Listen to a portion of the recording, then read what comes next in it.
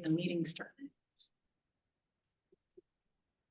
We're starting at 9:06 and it is June 7th, 2024. If you can please start the roll call, Michelle, I appreciate it.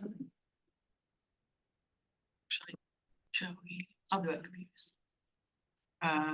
Dr. Corbin, Present.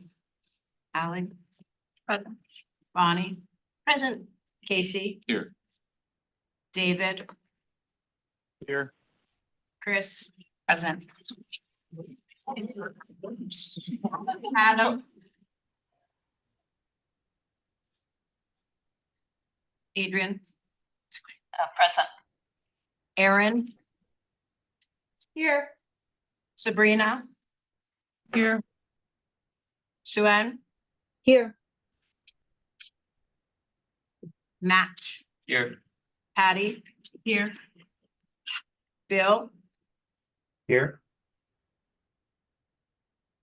Samir, Samara be coming later. and Thank you so much. We're going to move to public comment. Do we have any public comment today? If you are on the Zoom, please raise your hand if you're interested in speaking during public comments. We don't have anybody in the room. All right, thank you. Moving to general announcements. Any general announcements? Thank you, Corbin. I just want to take a few minutes to recognize Bonnie. this doesn't need to be part of the official. Yeah, that's why for general announcements. And I'm gonna read them so I can get the right tenor. When I started the board back in 2020, Bonnie was vice chair and a seasoned board vet by then. And so I decided to keep my mouth shut and learn from her and Paul and Aaron and Mike. But when I became vice chair to Bonnie's chair, I started to start talking. And that's when I learned that Bonnie actually did know the parks. And she knew the park staff. And she knew all the park issues. And I couldn't understand why. And then I realized it was not only because of her experience on the board, but also because of her professional experience and her relationships with parks before she became on the board. And I came to appreciate that Bonnie's knowledge and experience were extensive. Not only because of her board experience, but also because of her profession. And I witnessed her deep caring for parks and its people and the effort she put into the parks in her volunteer work week after week. What I really appreciated was Bonnie's presence and patience. When I decided to open my mouth and say something, she was very nice and calm and would gently correct me and allowed me to go on my way. I feel very fortunate to having learned from and served with Bonnie. And I thank Bonnie and Parks. And I think the Parks and board are fortunate as well for Bonnie's volunteer work. So on behalf of the board, myself, I thank you very much, Bonnie, for your service and your ideas, your insights, and your hard work. This is when we all applaud.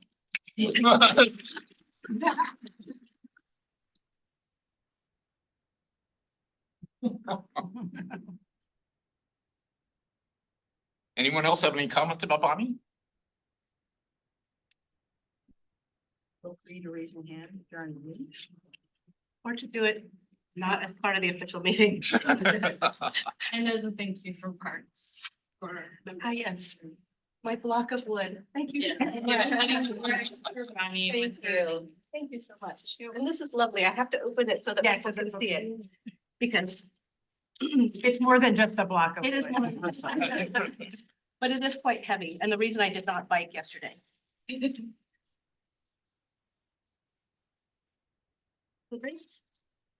My understanding is it was made by the staff out at the Tabor Yard, correct? Yes, our carpenters are very, very talented. And so it's this lovely cutting board with the lovely channel to catch all of my juices for whatever I'm cutting. And it's engraved here with the park logo, has my name, Bowen Parks Board, and the dates of my service. So thank you very much, park staff and the rest of Parks Board. Thank you.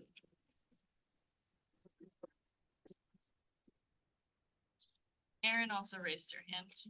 Erin, please go ahead. Well, I have some thoughts about Bonnie too, but I'm gonna be there in person later. And so I'm wondering, is there an opportunity later to talk as well? Yep. Cause I can't even see Bonnie. I will mention that I'm only gonna be here in the morning. Okay, So- well, I just have a few things, so I'll make it quick. Because some of them are just echoing some of what Casey said. When I first joined the board 5 years ago, Bonnie was the person, at that point, she was vice chair. And I remember very distinctly, I was so confused. I was completely unaware of what so many terms meant.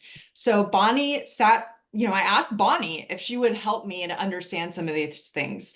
And she's the one who helped me understand so many of the big projects we hear about, like Broadway Corridor, Green Loop, I-5 Rose Quarter improvements, helped me understand what SDCs are, and just so much more. I think when you join the board, you're totally overwhelmed, and having somebody like Bonnie with such vast knowledge and the willingness to sit down and explain helped me so much in my first years at the Parks Board. I also found that Bonnie really stepped into her leadership position when she became chair. She understood how to listen and engage members of the board, and how to respect and utilize the expertise of the various members of the board. She has always had a strong sense of her values and was never afraid, if something was a challenge, to confront it. And was always able to provide important feedback and also receive feedback as well. I just also want to mention she led the board through a really difficult time. She was started before the pandemic, led us through the whole process of moving into Zoom meetings, continuing our work through the pandemic and then coming out of it. And so I appreciate her doing all of that as well. The Zoom retreats, here I am on Zoom again. I'm hoping to be there in the afternoon, but all the 2-day Zoom retreats or whatever we did were like very exhausting. And so thank you, Bonnie, for leading us through those. And then also, Bonnie always kept focused on her role of kind of one of the things we're supposed to be doing, which is thinking beyond just the here and now, but having a long-term and citywide perspective when we're thinking about parks, not just who's the commissioner right now or who are the people right now, but thinking more big picture and strategic. And Bonnie has always been excellent at that. I'm gonna miss Bonnie. I know so many of us are, but the nice thing is I know that Bonnie and I have a personal relationship, and I'll continue to see you, just not at these meetings. So thank you, Bonnie. Thank you so much. Holly, please go ahead. Yeah, I just wanted to say that I had a similar experience joining the board in utter confusion. And Bonnie was really, really generous and lovely and welcoming just as a new person, but also as someone who was really encouraging on like, well, this is an issue that isn't being talked about. You should talk about it. It's the thing that you should bring up because that's why you're here. And just, with some nervousness in the room, okay, if no one else. Anyway, I really, really appreciated Bonnie's encouragement, her leadership.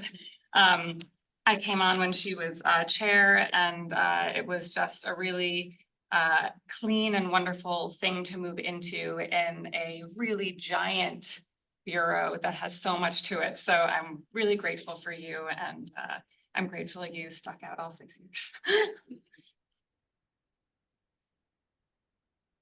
Bonnie?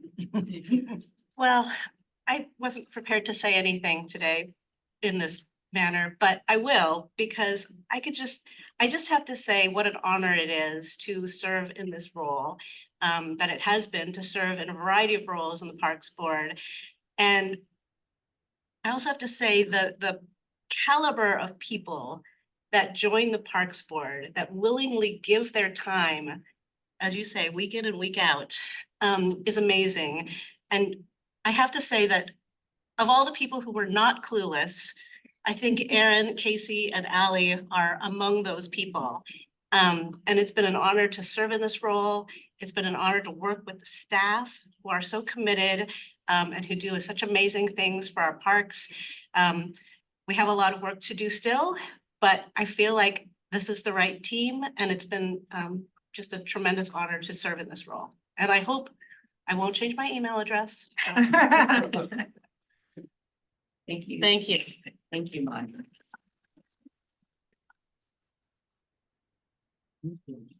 Moving to the next item, unless anybody else wants to speak on how wonderful Bonnie is and how much we're gonna miss her. And the deep and long history that you have, that you bring to the board is absolutely gonna be missed. And I want to thank you for serving on the board and also onboarding a few of us in so many different ways during, as Erin pointed out, during the pandemic, and being able to shift and move and build on this board. And I'm glad to say that not only do the board appreciate you, but it's also important that you brought the board to, you know, to the commissioners as well. And I think they also recognize the power of this board and the worth of this board. Definitely because of your role in it, so thank you. Oh, we have a hand. Todd, please go ahead. I'll be brief. I know that's a long day today, but Bonnie, I just want to thank you from kind of a staff perspective of how the interaction with our staff, especially around the FYSIWIG or the finance committee, you know, it makes our work better when we're able to interact with others beyond the bureau, so we can kind of translate our internal city speak to something that others can understand, and the unique role that just community plays of kind of educating council members about the park systems issues, both finance and the services we provide. That's kind of very different voice than we can bring as staff. So I just appreciate your partnership over the years. Thank you. You feel all warm and fuzzy. All right, moving to the next item, unfortunately, the approval of the April and May meeting minutes. Do I have a motion to approve? So moved. I have one. Any seconds? Ally is second. Open for discussion. Discussions, edits? The AI has spoken. So if we are all good, it looks like there's no, all right. So want to go ahead and vote for the approval of the the meeting minutes from April and May. All those who are in favor to approve?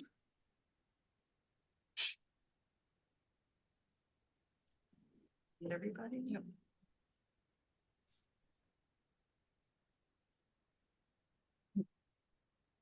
All right, any abstentions? And if there's an abstention, can you speak to which month? Like any abstentions? Right. Michelle. I should have said in general announcements, but I just wanted to note that our newish board members whose terms technically start in July, Bill Van Bang and Allison Snowpick are here. Samir Kanal, our other newest board member, will be joining us later today. But you're not voting members yet, but you will be through July. Great. Welcome. Thank you. Moving to proposal to hold recess in July and commence the 2024-2025 meeting in August. I'm bringing this forward in that we will be recessed not only from the board meeting, but for the working groups for the month of July. And is there a motion? Please approve. I'll make that. Okay, we have Matt. I'll second. Second for Chris. Any discussion from the board? All those in favor of holding recess in July, please raise your hand.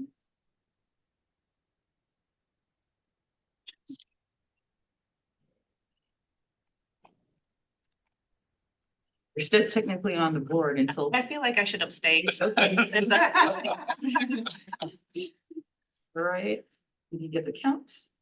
Any abstentions? I think I should abstain. Right. Any of those really want to meet in July? All right, thank you, that passes. All right, moving to the director's report, Director Long, you are on.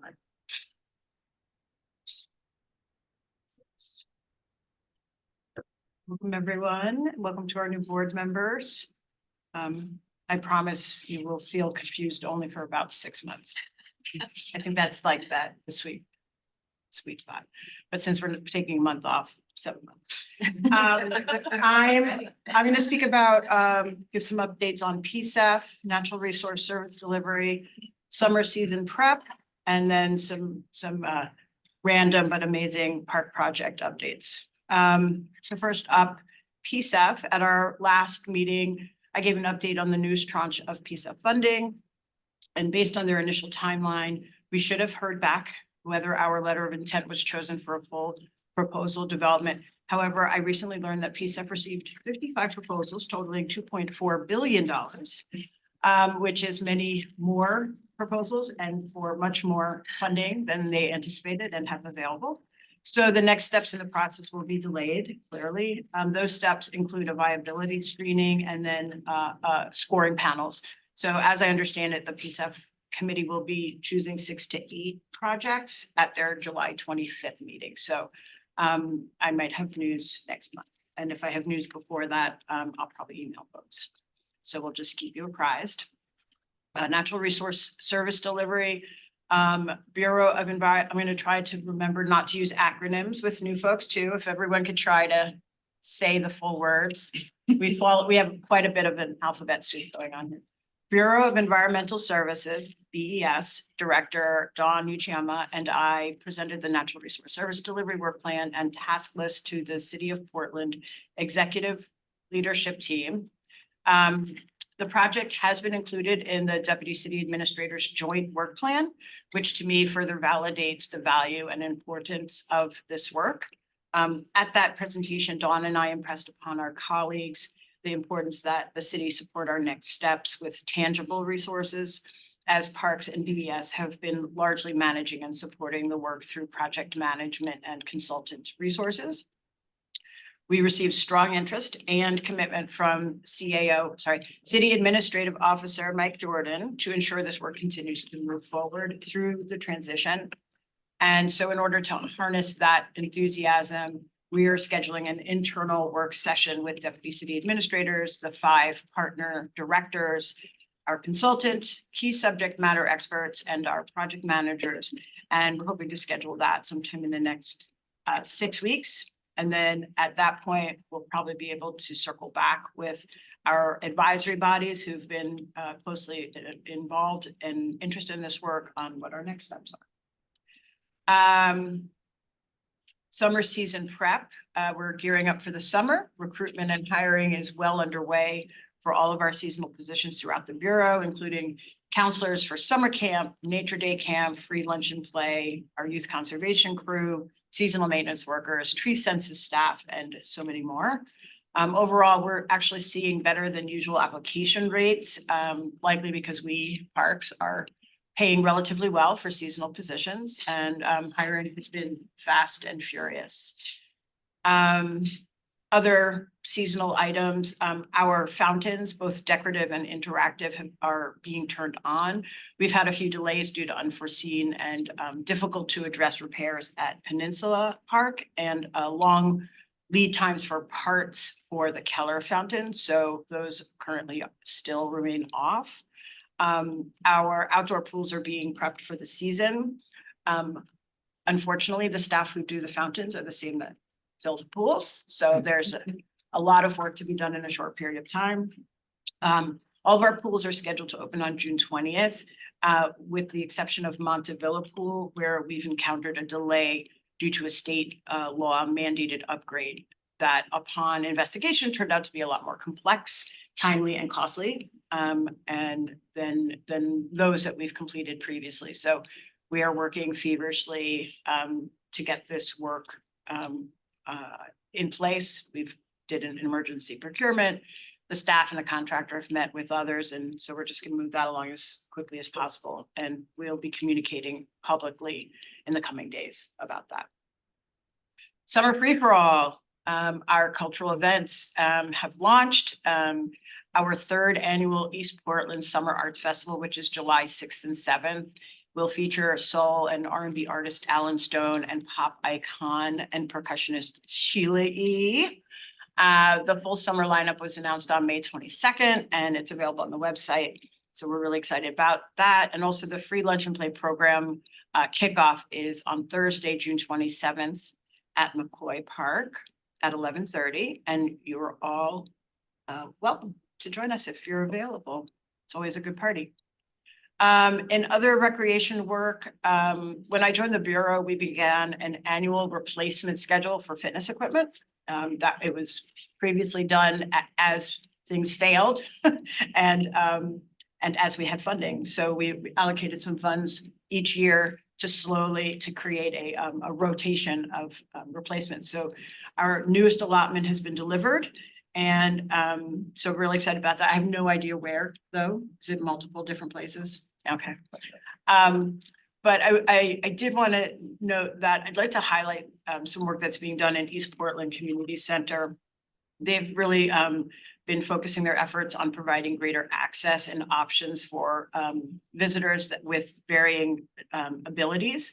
So in addition to accessible pieces to complement the first piece, which was a wheelchair accessible paramill, which is basically you can get up on a treadmill on your wheelchair and work out.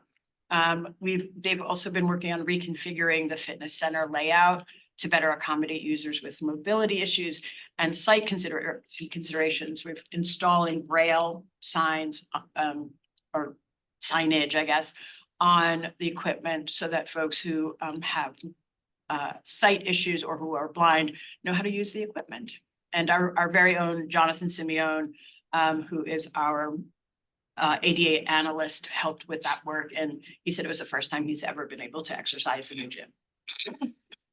So that was really exciting and moving, which is why I wanted to bring it up. Moving on to some standout park project news.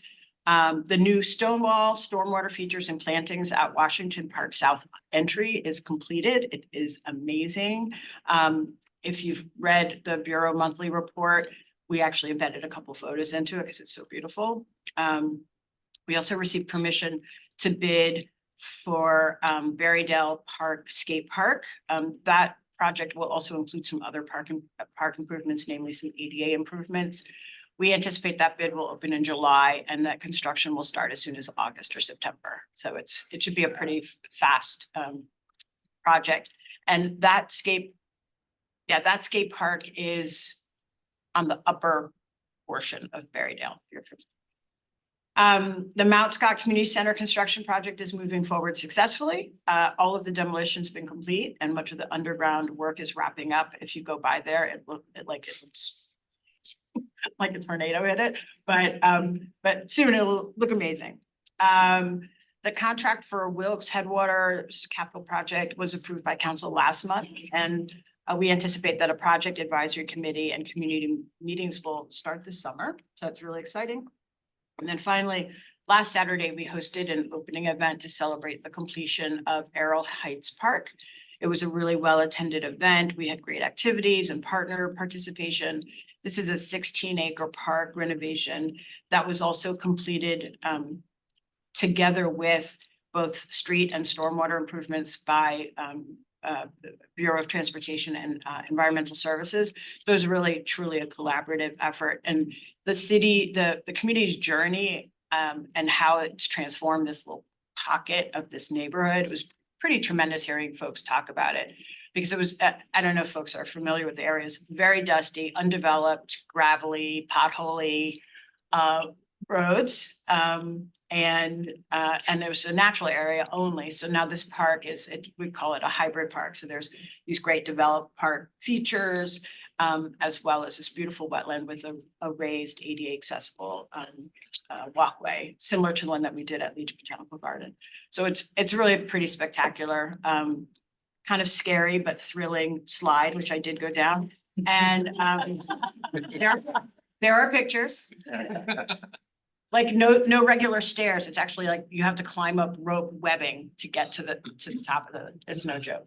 Anyway, go and visit. I hope everyone read my report. I'm going to pause here to see if anyone has any questions about what I've stated or anything else in the report.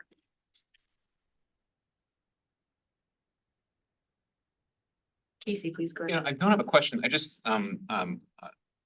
there were two things that happened over the past 8 months that set up huge mountains for parks, and I'm just so impressed how you guys got through.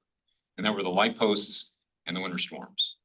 And when those both happened, I had no idea you were gonna get through it and get through it well. So I just want to congratulate you guys for those two monster things that you were able to get through and succeed on. So Thank that's you. all I wanted to say. I'll point to our division managers, that many of whom are, on the big screen, Lauren McGuire overseeing assets and development, who oversaw the, light safety pole, safety light pole project, Tanya Booker and Jen Cairo, who were very, very much involved in, the storm, response, which I believe we just recently decided we've closed out.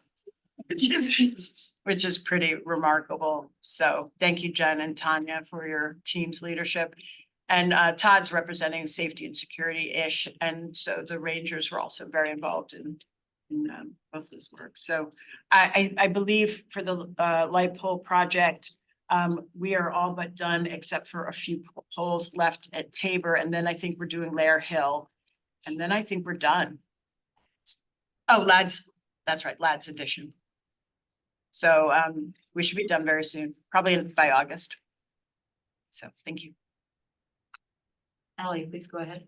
Just an open invitation as someone who loves Errol Heights. If anyone wants to go birding and check out the wildlife there, I go often and would love to go explore and do that with you.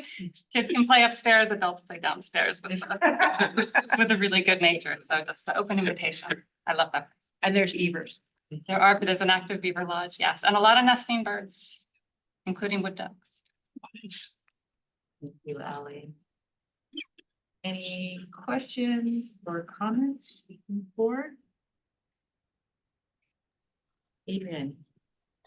Yeah, just a quick question about the PSEF funds, and I apologize, I sort of lost track of when that new proposed funding, what budget years that would be for. So I just want to clarify, so we're safe for what the city council approved on PSEF funds, correct? And that's multiple years. So can you just say a little bit about that? What this current decision-making will relate to? Well, if they make the decision in July, it could be for fiscal year 25, 26 onwards, that maybe, or it's 26, 27. I'm not really sure. Actually, I don't recall specification around that. Mhm. Does anyone else recall seeing language around the timing for it's the 158 million tranche? Yeah, I don't think they said, because I think they're allowing both kind of multiple year awards and kind of one-time expenses. So it will depend on the proposal.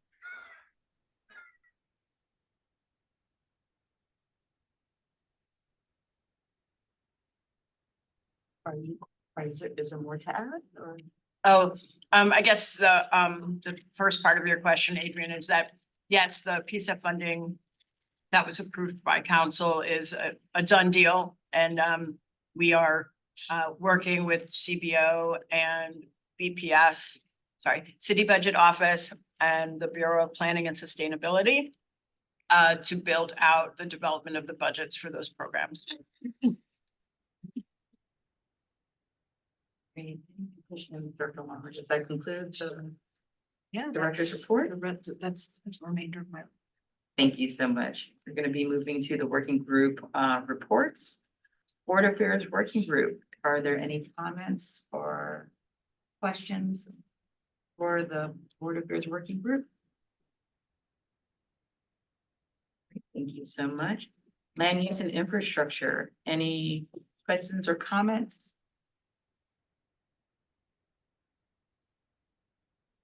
Thank you. Financial Sustainability Working Group. Questions or comments? Guess one comment is that we will need a chair. All right, thank you. Community Engagement Working Group. Any questions or comments?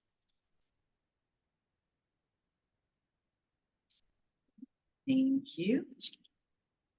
Recreation programming and nature. And we might be working on that name, just to let y'all know. I was thinking culture, nature, and recreation, but up for debates. Any comments or questions regarding the new working group? Thank you. And then Parks Levy Oversight Committee. Any news, Casey? Just what was in the report. Great, thank you so much. Okay, that concludes the working group reports.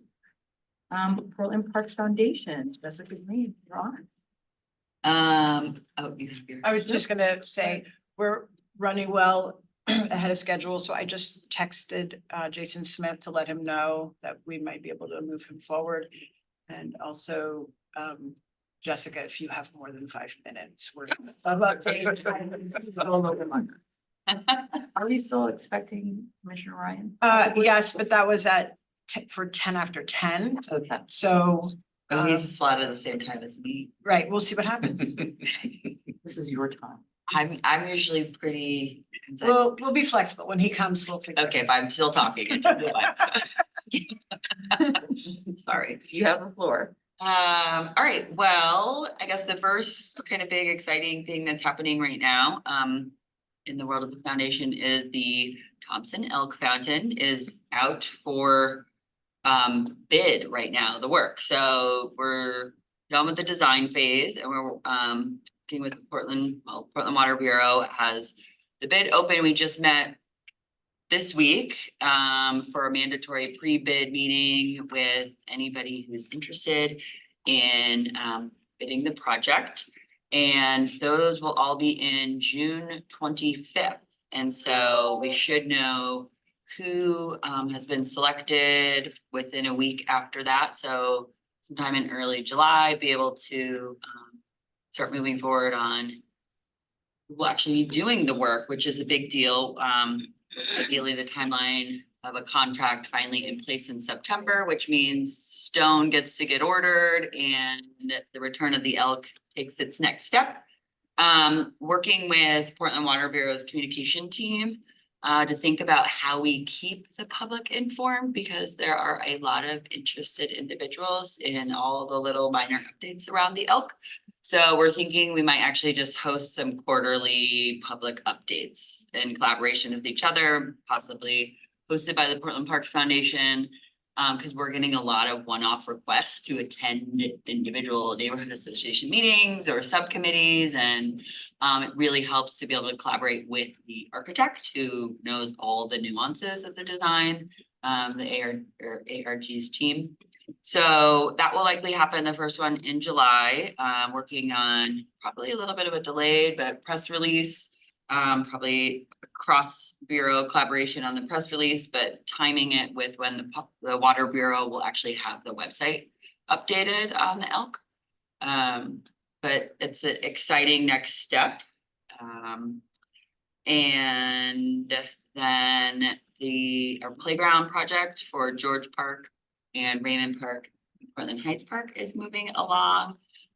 We've identified the design teams for actually each of the sites. They all three have different ones, which is fun. And Raymond Park, which will be moving forward first. Some of the specs will be out, I think, June 20th. So we'll start to be able to think about what community engagement looks like based on those specs.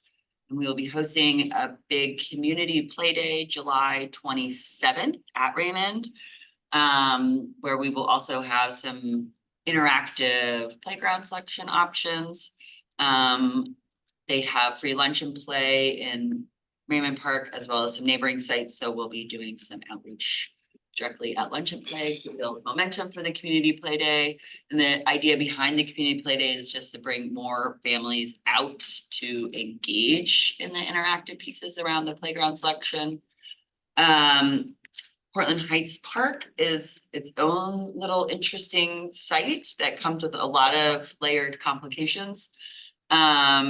it's interesting, we're having an ADA discussion today. One of the biggest hurdles, I think, of Portland Heights Park is the location of the playground and access to it. So we build a great inclusive playground, but if you can't access it,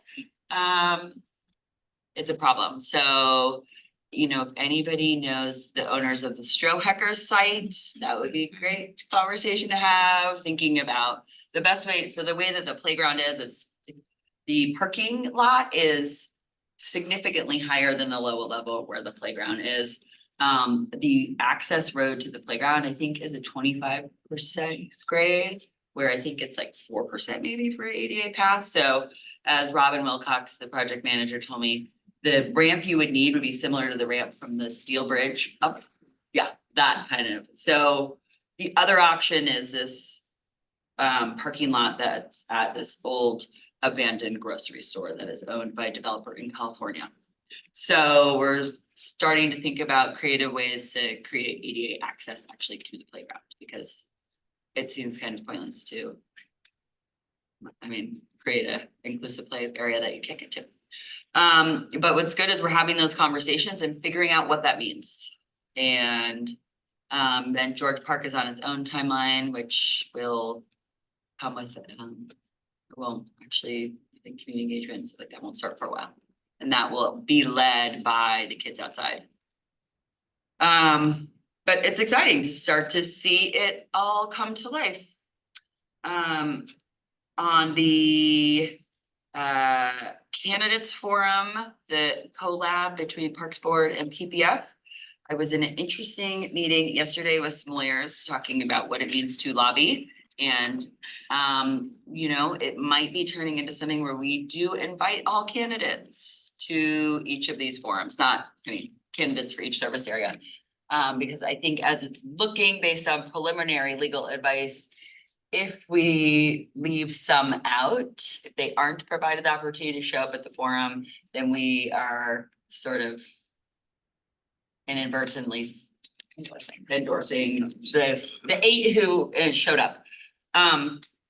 But we will set up a meeting time. I know that there were some people who last meeting expressed interest at the Parks Board to participate in this. I will say, this is, talk to me today. If you haven't talked to me already, we will soon follow up with our next meeting, I mean, our first meeting, to start to think about what that looks like. For those of you who are new, I guess I should also introduce myself. I'm the, the executive director of the Portland Parks Foundation. We are a 501c3 independent of the city, and the chief philanthropic partner of the city. And so we do a lot of projects in partnership with them. And I sit ex officio on this board. And then we have a member of this board sit ex officio on ours. And one of the joint projects that we're talking about taking on is a candidates forum in the fall for all of the counselors' positions as well as the mayor.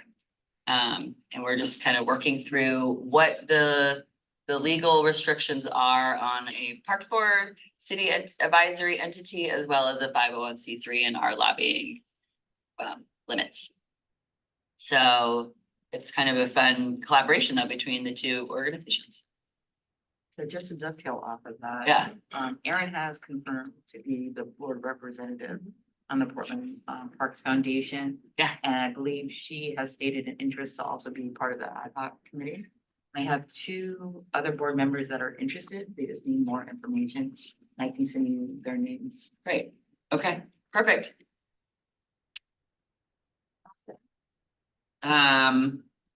Oh, I will add that we had a development manager hired, and then their organization decided to counter with a much higher offer. So we are back out on the hunt for a new development manager.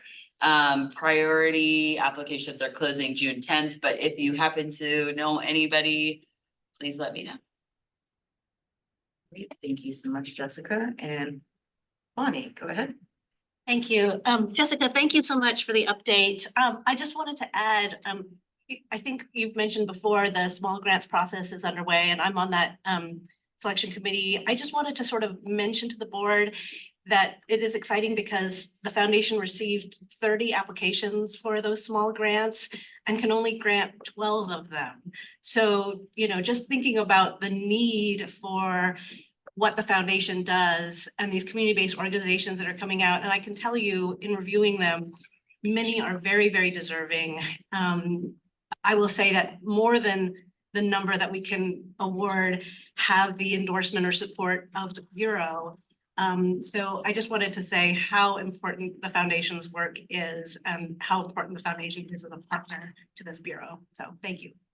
Thank you, Bonnie, and thank you for being on the committee. It's exciting to have you there. Oh, yeah, and as you saw in the report, we had our Spring Friends and Allies Summit on May 16th. It was a very wonderful event. And at that, we announced our awardees for our Parks Champions, our Volunteer Award, as well as our Emerging Leader Award, the Joey Pope Award for Parks Leadership. I highly recommend, if any of you haven't, to take a look on our website at who we really highlight who all the nominees are. There are the honorees, but there's just really this great breadth of volunteer service as well as leadership happening in our communities. And we have details of each of the individuals who are nominated and the organizations that they work with on our website. The two emerging leaders that were selected this year were Brown Girl Rise and the Portland Community Football Club. Both of these organizations are, you know, really doing emergent work, I think, in their respective fields. Brown Girls Rise and the programming, outdoor programming they're doing. They're also having youth board programs, so really to develop young leaders within their communities. Portland Community Football Club recognizing just how expensive and exclusive club sports has become, but how important that youth sports are, is thinking about really innovative ways to break that barrier. They're also starting a national campaign to kind of change the process. So definitely check those two organizations out, as well as the other nominees. Similar to our small grants, we also have Parks Board, Dr. Corbin on the Joey Pope Selection Committee, as well as Director Long. And so, yeah, it's just another way. So if you're kind of getting familiar with the landscape here and all of these community organizations, I will say that a great place to just dive into what people are doing is our small grants announcements, Joey Pope announcements, Parks Champions announcements, all of them just are kind of this wonderful spread of all the different ways individuals are involved in community work throughout our city. Thank you. Really quickly, Ellie, did you? Wonderful. Director Long, go ahead. I stated this at the last foundation board, just sort of celebrating Jessica and her team's process. It's just so dialed in and thoughtful. And also, I would love to look at those community grants, both those that are being awarded and those that are not, and juxtapose those with our community partnership grants. I'd be interested to know, like, whether or not there are folks that are applying to the foundation and who we are giving grants to just see if there's synergies, to gaps, etc. So yeah, just thank you for the leadership in that area. Every year it rolls around, I'm like, because it takes up so much energy, but then when so much time, but then when I'm done, I'm like, oh God. Good. So good. it's always very inspiring. So thank you for that. Yeah, well, we appreciate all of you being on committees. And I will say, what's fun to see, I mean, we saw definitely nominees come through the Joey Pope Award Parks Leadership that had definitely been through the Community Partnership Program. And I know that there's a lot of communication, even like through Megan Dirks and her team in June, just about, hey, there's also this opportunity to highlight the leadership that's happening within these organizations that are getting community partnership programs. And it would be a great thing to, I think, look at the overlap there, and how to also encourage people who are in the small grants world that aren't yet in the bigger one, grants to move to that direction. Thank you so much. And Bonnie, thank you for bringing up that topic. Yeah. Any other questions or comments? Took a little longer than 5 minutes. Yeah. Build some time. We're gonna move to the community needs survey. Are we ready? Yeah. Alright. Thank you. And Jason Smith will be presenting. Yeah, along with Debbie, you want to? Oh. I'm gonna be kids table. I'm coming. Maybe you want to. I just heard here. Do I get, do you guys want to all sit together? That's okay. Okay. On the- We're Yeah, flexible. Okay. Back here. Good morning. Good morning. My name is Jason Smith and I'm a performance analyst here at Parks, and part of what I do is oversee some of the larger surveys for our organization. So we have this great longstanding on and off relationship with Portland State University. And so I want to invite them, introduce them here today. Debbie Elliott is the lead researcher. I guess, I don't know what your PI or what your Sure. Dr. Debbie Elliott, how's that? Who I've worked on and off with quite a bit on this type of work over the past 15 years, and it's been a great relationship. And they're here to help and guide us on this project. We're gonna co-present a little bit today. So I'm gonna start out by giving you sort of the context and overview of this project and how it fits into the larger picture. And then Debbie and her team are gonna talk about more of the specifics of the methodology of this project, because there's a lot somewhat technical details around how we're doing this in very specific ways this time. They'll go over that, and then I'll sort of wrap up with where we are in the process and the timeline and things like that. So I need to share my screen, I think. Is that right? Okay.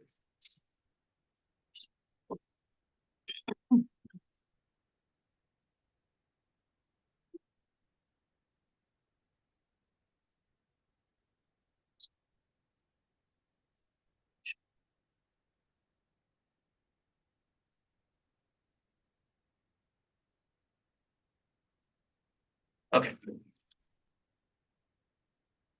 So I'm gonna just start here with some context. So we have a lot of different research products here at Parks. And we've done a lot of work over the years, like I mentioned. I'm just gonna go over a little bit of each one of these bubbles so you can see how this project fits into the larger context of the work that we're doing. Everything kind of starts with what up there in the left corner, what I call like our community data. This is these are products that we use from like the American Community Survey, the Census Bureau, PSU Center for Population Research, stuff from our different trade groups that we work with, like TPL and NRPA, just to understand, get a good foundation of the community and, the national sort of trends in park systems in general. But then we supplement that with a lot of other work. We've done a lot of site-based intercept surveys, the bubble there on the right.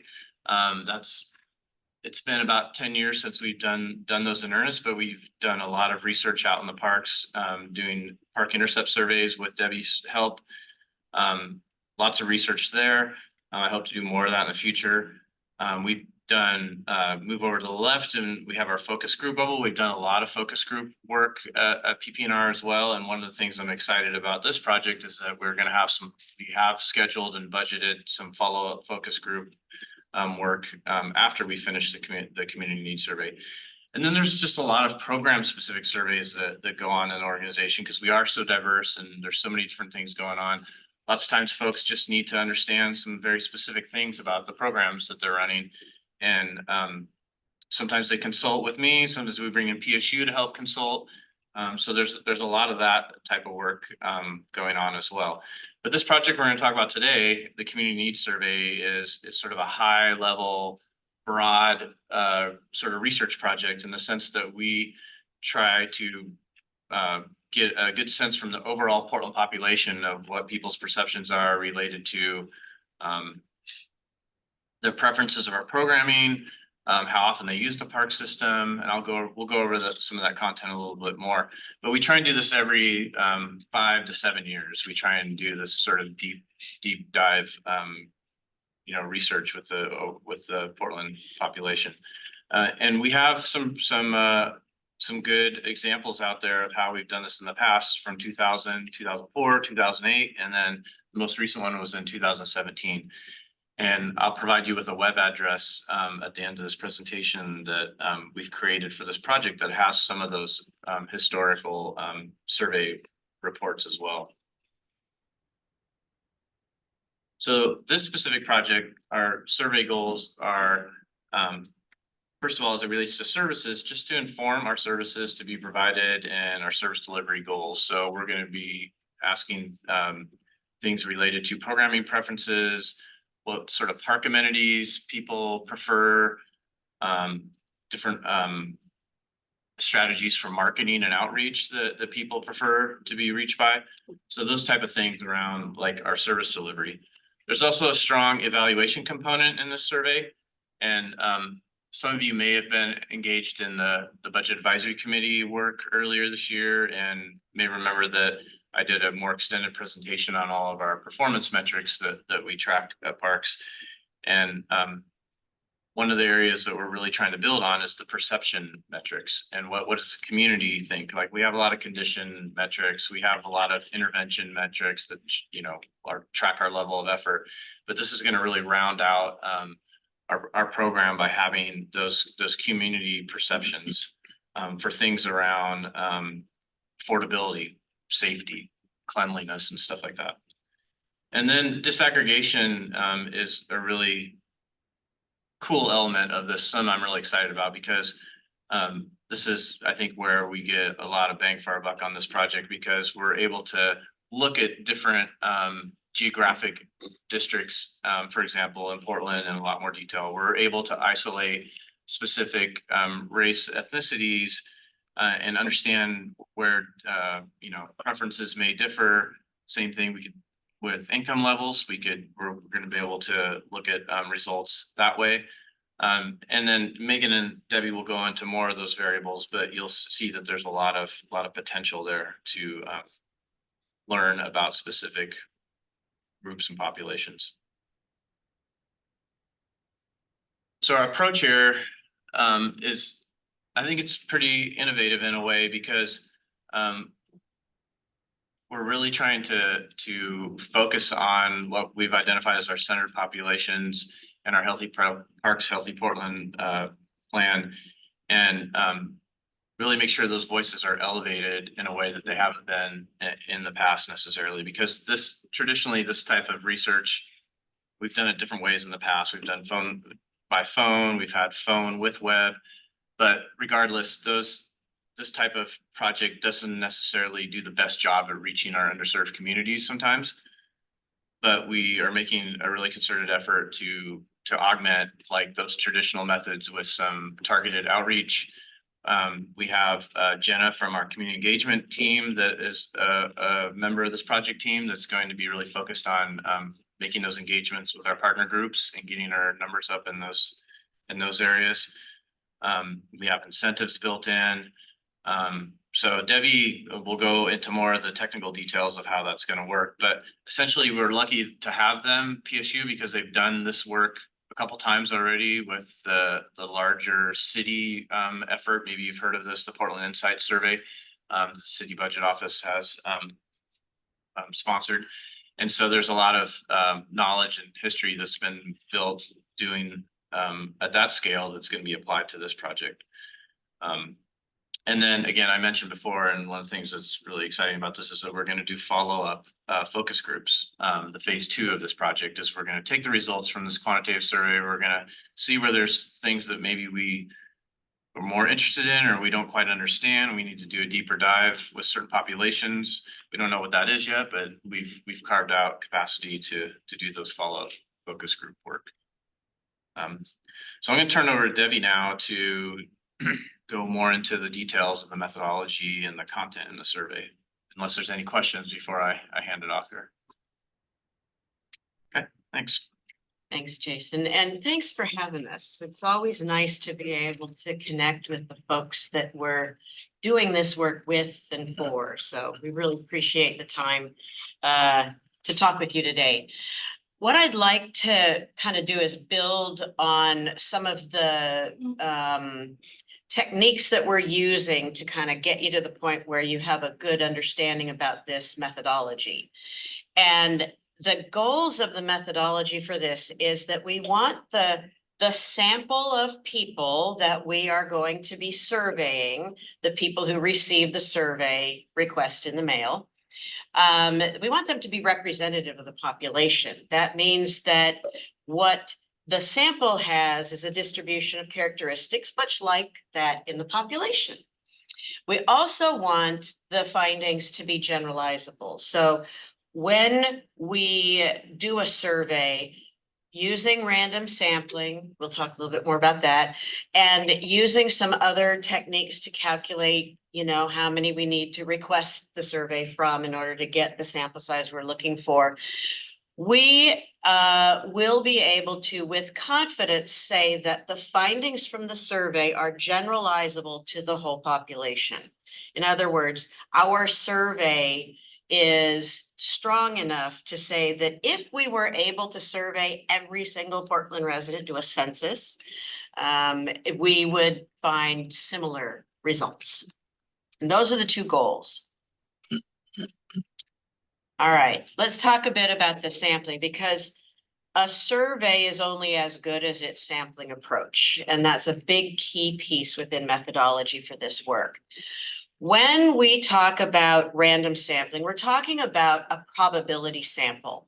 And all that means is that everyone in the population, all Portland households, have an equal chance of being invited to the survey. Because of how those households are selected, we are doing it randomly, like drawing names out of a hat back in when we used to do that.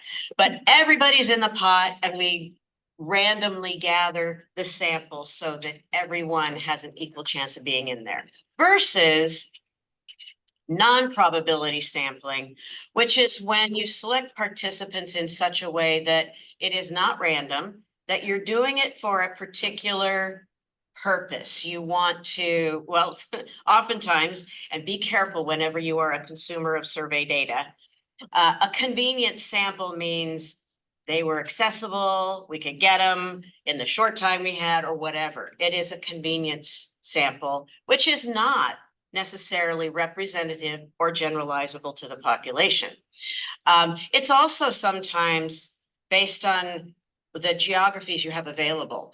We can't necessarily do a door-to-door survey in all of the United States unless we had billions of dollars. So geography, cost. Whenever we work with a group, cost is always a factor. And then another reason, and that's what we're thinking of, we're going to apply here, is I really have to find a word that is not targeting. The word, I don't like it anymore. Focused on specific subgroups. And it's really hard to get out of that mindset of saying targeting, because it's a thing we always used to say, but it doesn't feel good. It just doesn't feel good. So focusing on particular subgroups. Go ahead. And then two other things first before I talk about the design we're using. The other thing that is commonly done in survey research is oversampling. When we have subgroups of a population who are either small in numbers, not likely to participate in a random household survey, or for any other reason, they aren't going to be very represented in the sample of completed surveys. What we do is we use techniques to include more of those people in the sample, so we have a better chance of getting a larger number in the completed surveys. And that really addresses the increased representativeness, and it improves estimates of the population.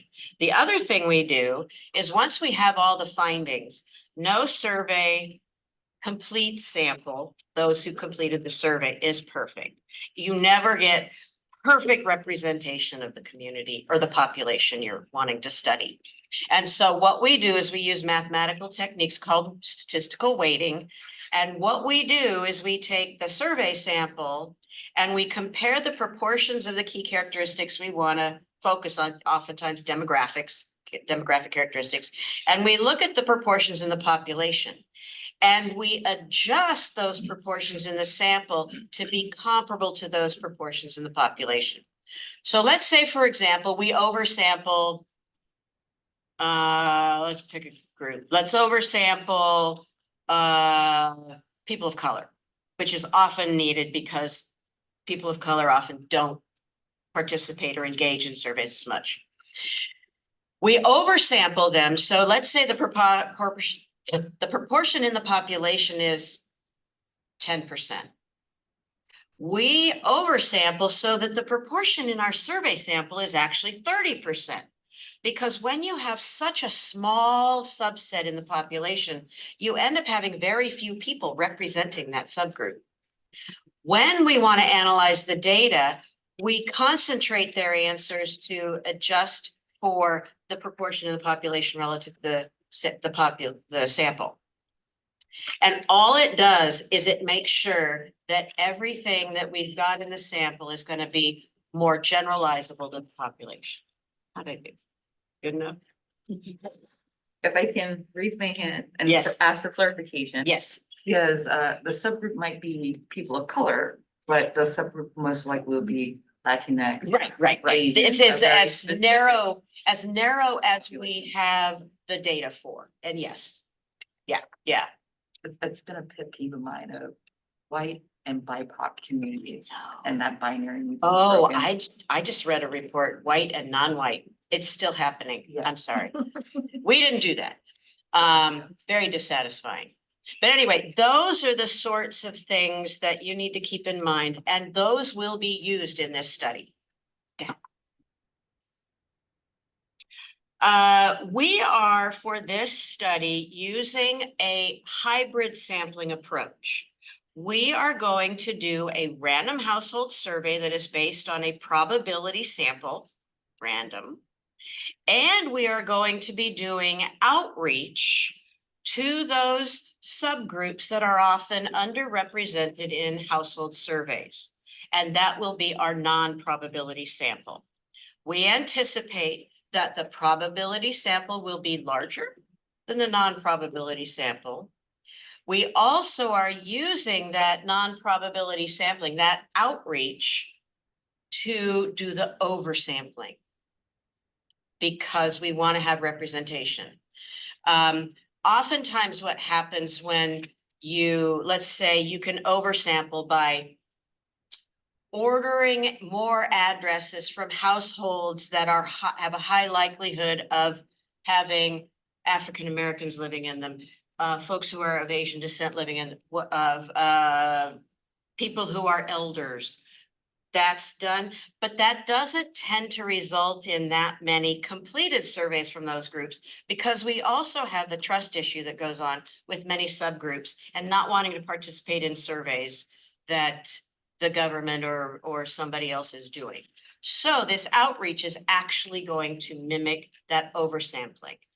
And because of those techniques, there is now support in the literature, didn't used to be, but now there's support in the literature for combining those two samples and using different weighting techniques for each of those subsamples to be able to say that together, that sample is generalizable to the population. This is not something that used to be the case. It used to be, you can't do that with non-probability sampling, doesn't represent. But because of the technique we're using and the support we found in the literature, this is what we're doing, and it'll increase the chance that we have those underrepresented groups actually represented. All right, next. Yes. If I can interrupt, my apologies, Director Wong. Yes. Oh, sorry. No, it's okay. Whenever is a natural time to pause in the presentation, let me know, because we have Commissioner Ryan here who wanted to say a few words to the group, and he only has a few minutes. So whenever it's a natural time to pause, slide wise. Okay, this one finishes the thought. about the methodology, so maybe we'll get through this one, and it's very brief. You've probably seen the list of centered communities many times. What I wanted to point out to you is that we are using the oversampling and outreach to ensure that the sample sizes are large enough for those groups that are commonly underrepresented. But we have identified with the Research Advisory Committee, 3 subgroups that we want to get enough in that subsample to independently generalize to the population. You will get individual reports for each of those subgroups: Black or African American, American Indian or Alaska Native, and people with disabilities. So that is an add-on that is not being done in Portland Insights. So you bumped up the bar from that survey. And that's what we're planning on doing. Thank you so much, and we're gonna return to you. Yes. So thank you so much, Jason and Debbie. And Commissioner Ryan, welcome. Thank you for taking some time out of your busy day to come visit us. I go up here, then I can see everyone. There are people on Zoom. Sorry, I'm in like. There are people on Zoom. People on Zoom. too. Oh, there's always that. You wanna come over here? Yeah. Come sit next to me. Oh, you don't even have a name tag. Wonderful, thank you. Sorry that I'm like inserting at this time. It's okay, That was we're all actually really flexible. interesting. You can stay for the rest. No, yeah. I would love to. Yes. Yeah. Very busy person. Thank you so Well, much for coming You're a and. public servant, that's what you do. Oh, look at all those people. Hi, people that were screening. I'm here just for, TJ, when do I have to leave? Oh, you get that.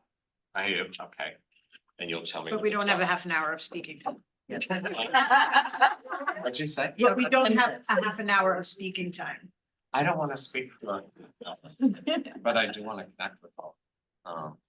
And I think there's at least 3 things. One is the transition into the new form of government, which is really, it always should have been about how to take a recast, a re-scrub of the org chart in general for the city of Portland. I think when voters want to change, there's a lot of reasons why they voted yes, change anything. And if they really barely looked at things, they would see we had a lot of commissions and offices. You know, anyone that does organizational communication would have just been salivating to have this account. And so that is on right now, and forming the new work areas was a big deal. And I think a lot of you know, I pushed hard for Parks and Arts and Children and Family Services to have its own work area. And I'm really proud of that, and I'm really excited that it's coming together. Sonia Szymanski is the person who's leading that area, with Kelly Torres as the chief of staff.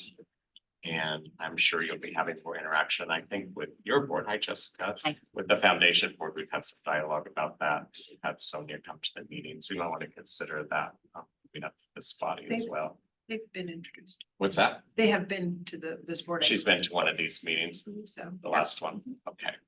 Well, then I just said something maybe none of you needed to hear me say, but I hope that you heard a little bit of something behind that, because it was really a lot of heated discussions, and I did get the majority to support this work area. And I'm it's very important that we have a work area that what makes Portland have its own space and not be shoved under utilities or shoved under business licenses. And if you haven't noticed, we're losing enrollment in our schools. We have a tax base that actually is leaving. We haven't experienced all these things at once in Portland in a long time. And we even have our largest university. Last time we had really big economic challenges, Portland State was bursting at the seams with like 35,000 students and packed all the time. We don't have that at Portland State anymore. It's declined quite a bit. And of all the state universities, we have the fewest amount of professors and students on campus. So we just, we need some life in this city. And what, over the years, people choose Portland as a destination to build a family and a business in and stay multi-generations. It's really because of things like arts and accessibility to arts. That's what's always been our X factor. So you got to play to your strengths when you're doing groups like this. It's what our enterprise has. So wanted to say that. I want to say that we've had some fascinating conversations about how we go to the ballot and what that looks like. Clearly, the levy is proving to be very successful. We're managing the finances, and more importantly, we're delivering the services. We've seen that with the uptick in swim lessons. More on that later if you want. And now we have to figure out how do we deal with the capital side. And we have some opportunity to think out of the box on that too, especially with arts. And so, you know, there could be a way to commingle those as we do an ask for the community. So just give that some thought. And we've had some conversations about what that poll would be like, questions to ask, when to go out. Do you decouple the levy from the aspirational capital ask, perhaps? So you'll be involved with those conversations. That's a way of saying our partnerships with the friends of groups throughout the system is really important right now. And a lot of them, I think during COVID, a lot of people just became isolated, and that's a whole nother mental health conversation. However, we really need to re-engage some of those engaged parties that are in the Friends Network. Or you just simply won't win when you go to the ballot box. They're your foot soldiers, as it is when you do campaigns. And so I want to thank you all for taking on something complex. You have a bureau that has a lot of different parts, and nature and the beauty, the solitude, and the restoration of the planet that takes place in parks is obviously a big deal. And so is play and recreation.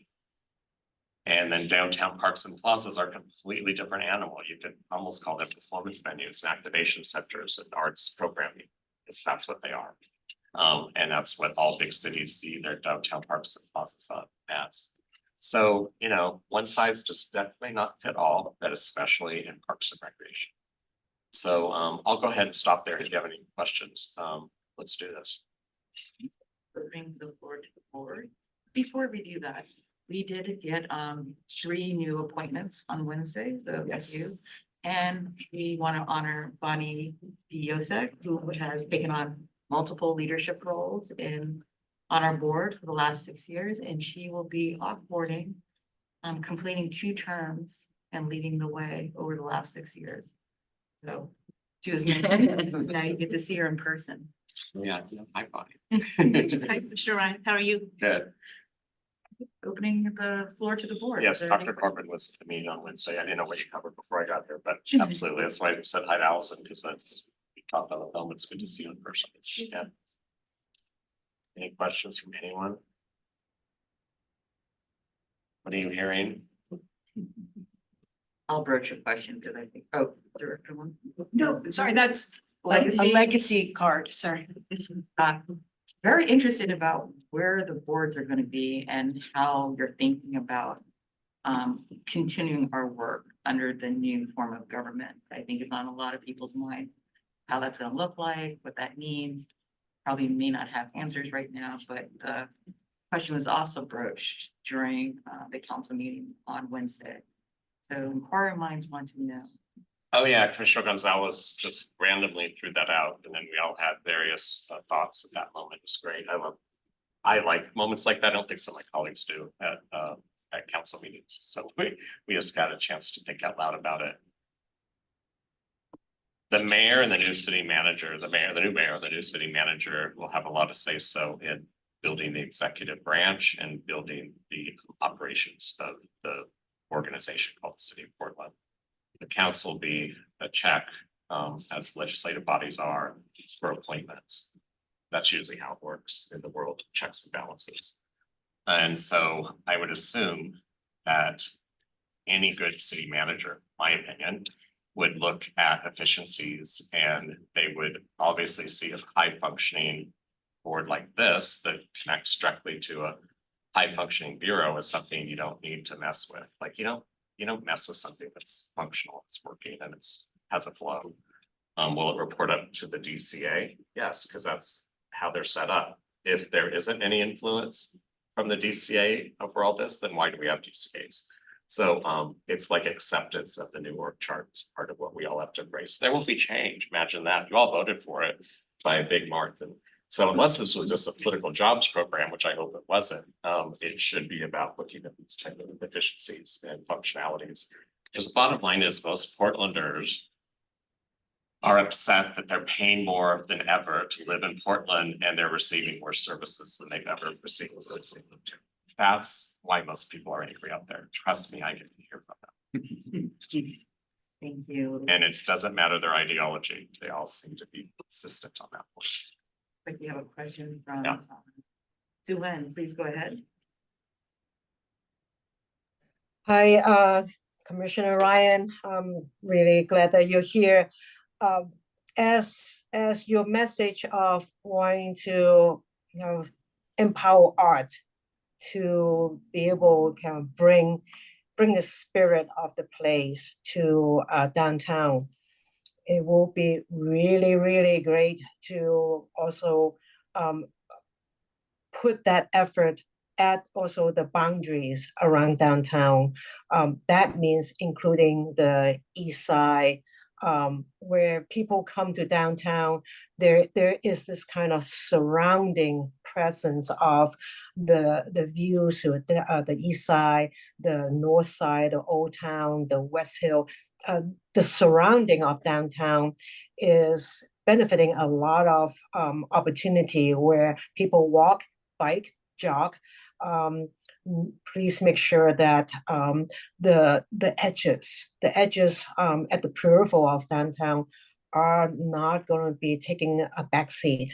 They are able to bring that kind of edges of vitality to the whole city, and that includes the whatever we can put in activities in the river.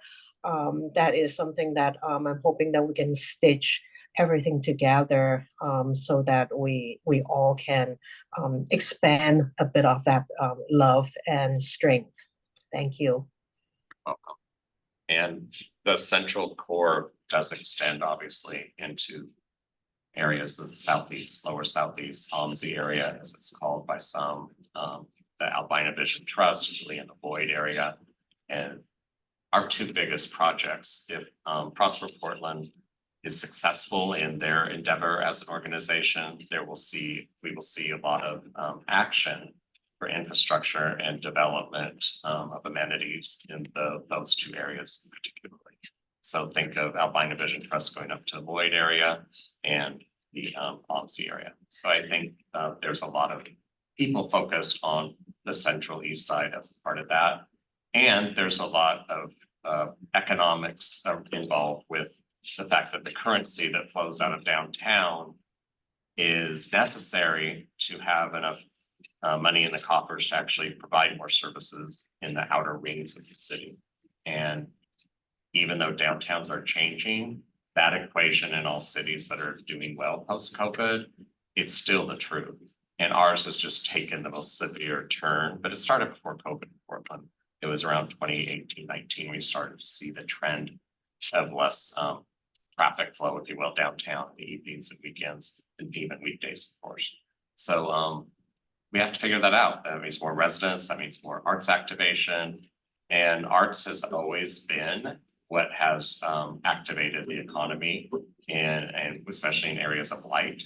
And so we'll be working with empty storefronts to try to get the arts office is on that project to get life in some of those buildings downtown. And because it was really weird to be in the Starlight Parade in general, but it was really weird to like see everything lit up in the audience because people are, wearing sparkly light lit up things.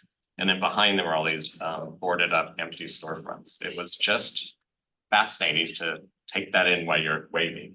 And so we have to figure that out. When I was in Kaohsiung, I remember the head of their city council there, which has like 40 members, she said what she noticed last year more than anything was how many empty storefronts we had downtown. And she's never seen anything quite like that.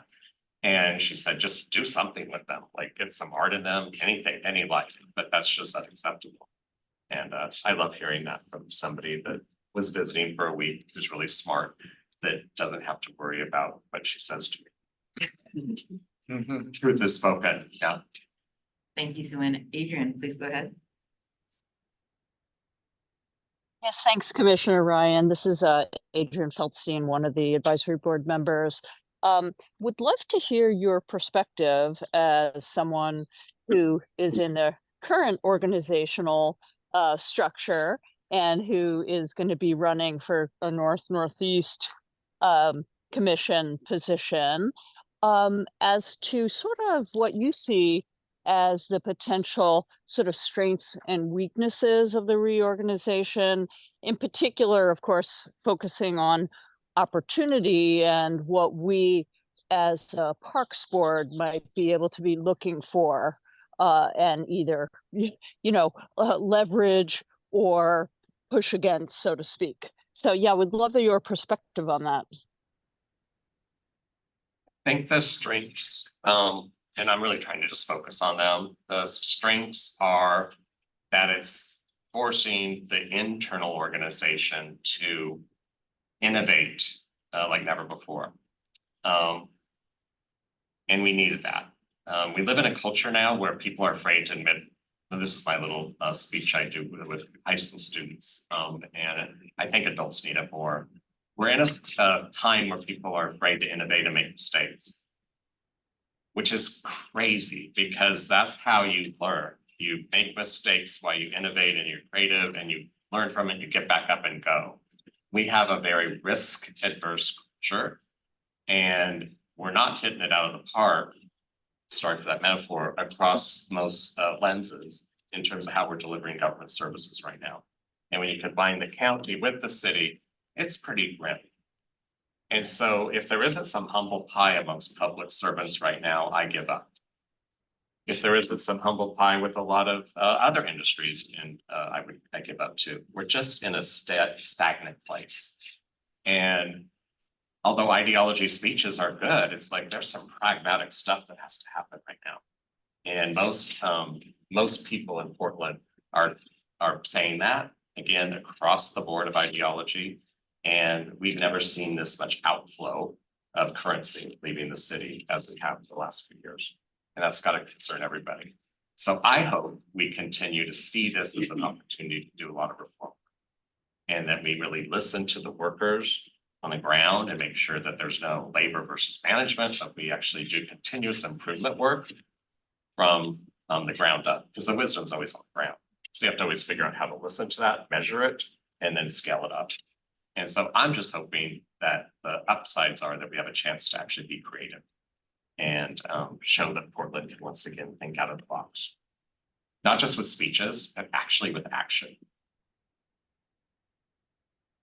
And I think the reps in region and different parts of the city will have a chance to not be in bureaucratic meetings all the time, but actually have a fresher perspective because they're listening to the main streets in their neighborhoods and their neighbors more often.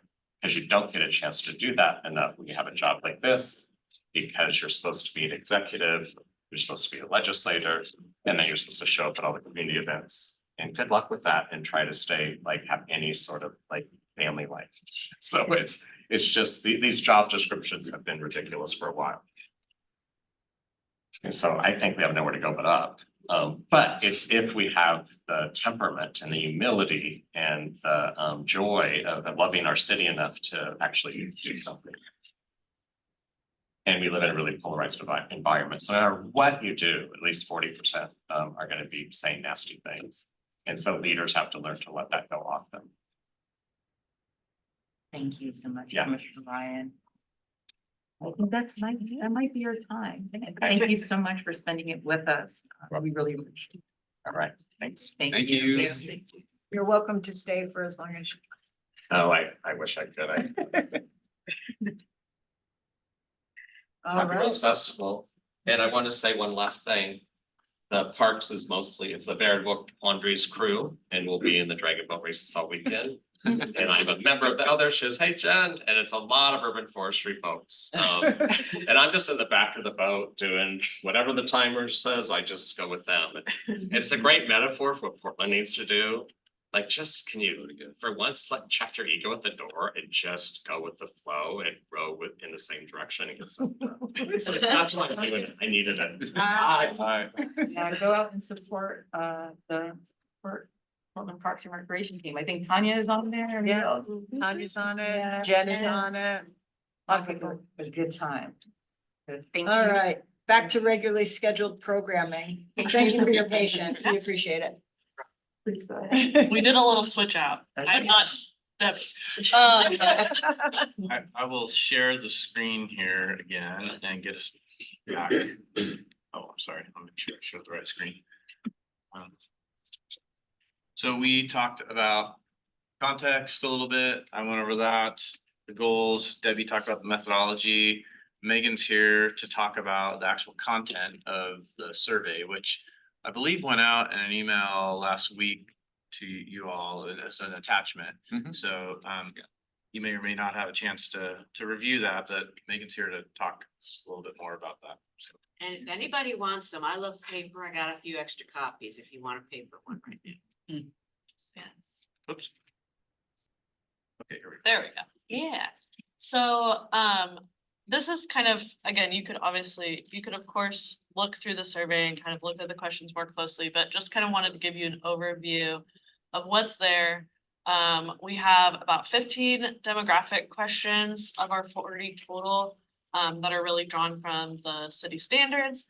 And then we have 25 like more content oriented questions, and those were developed from the performance measures that Jason talked about earlier.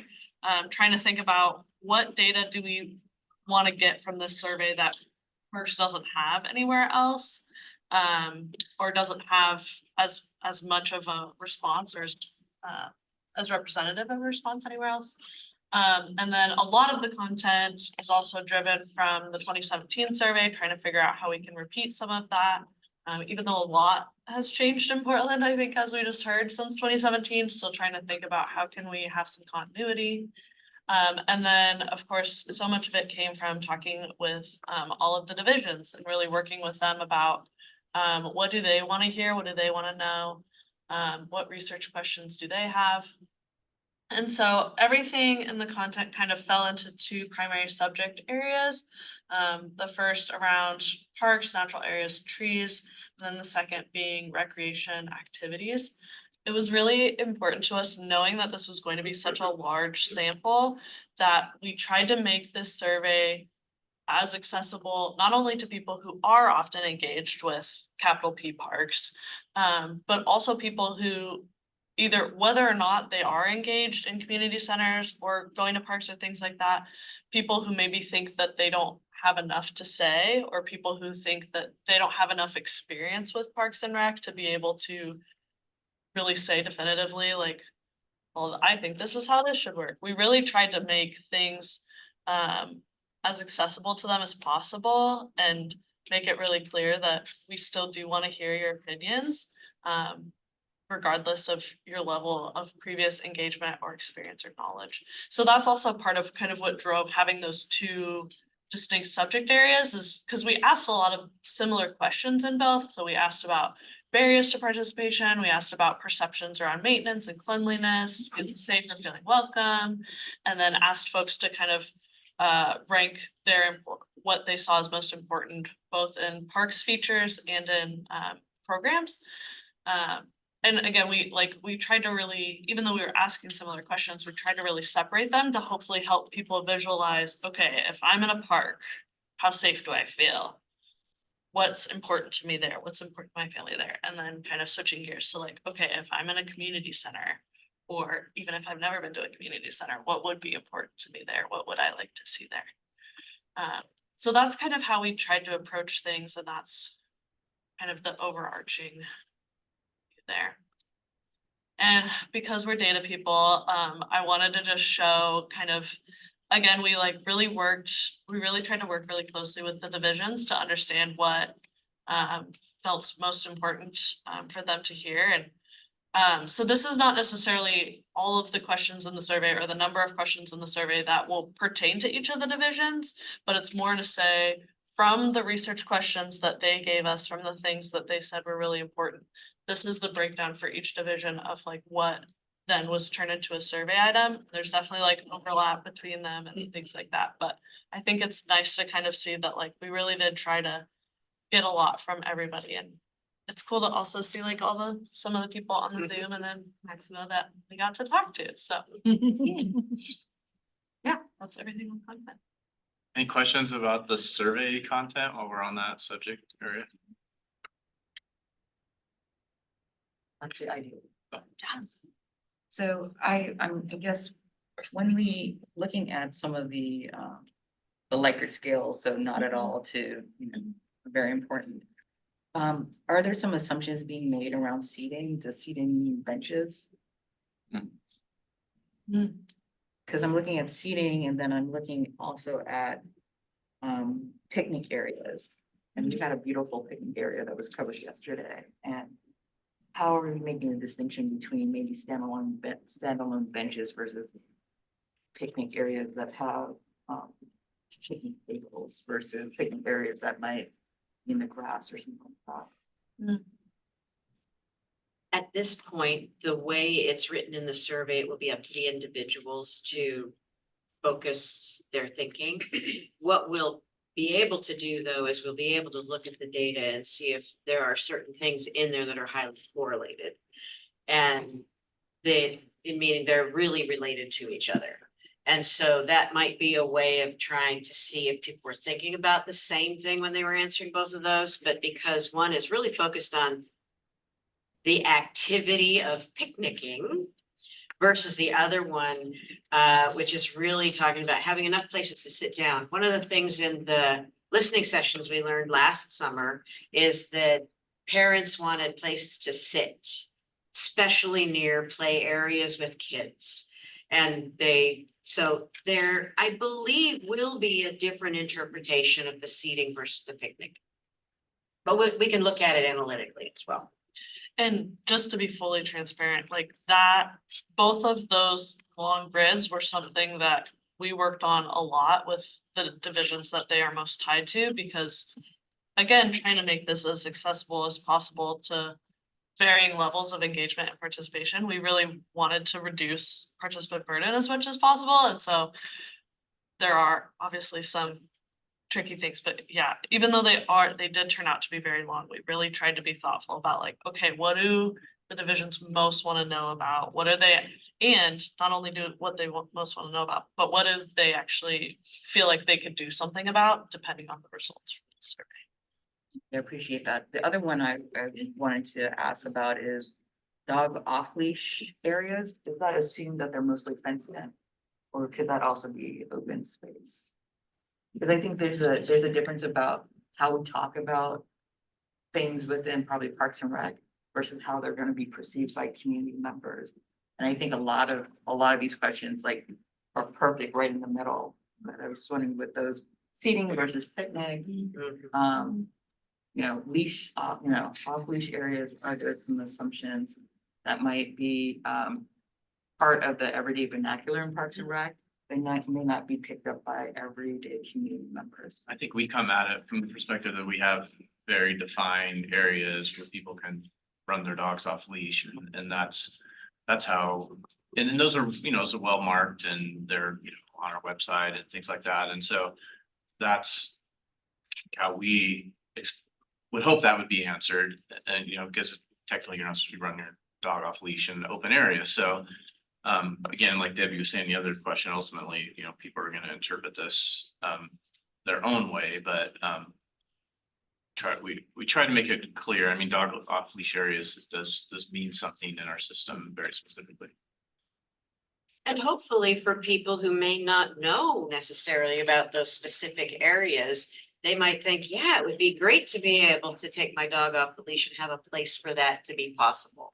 So hopefully, in general, it's a fairly straightforward construct, hopefully, but we'll see. No, I appreciate that Yeah. because, you know, as a person that doesn't have children, it's a little creepy to sit in benches that are next to a playground, right? And so maybe you don't want to necessarily like situate yourself there.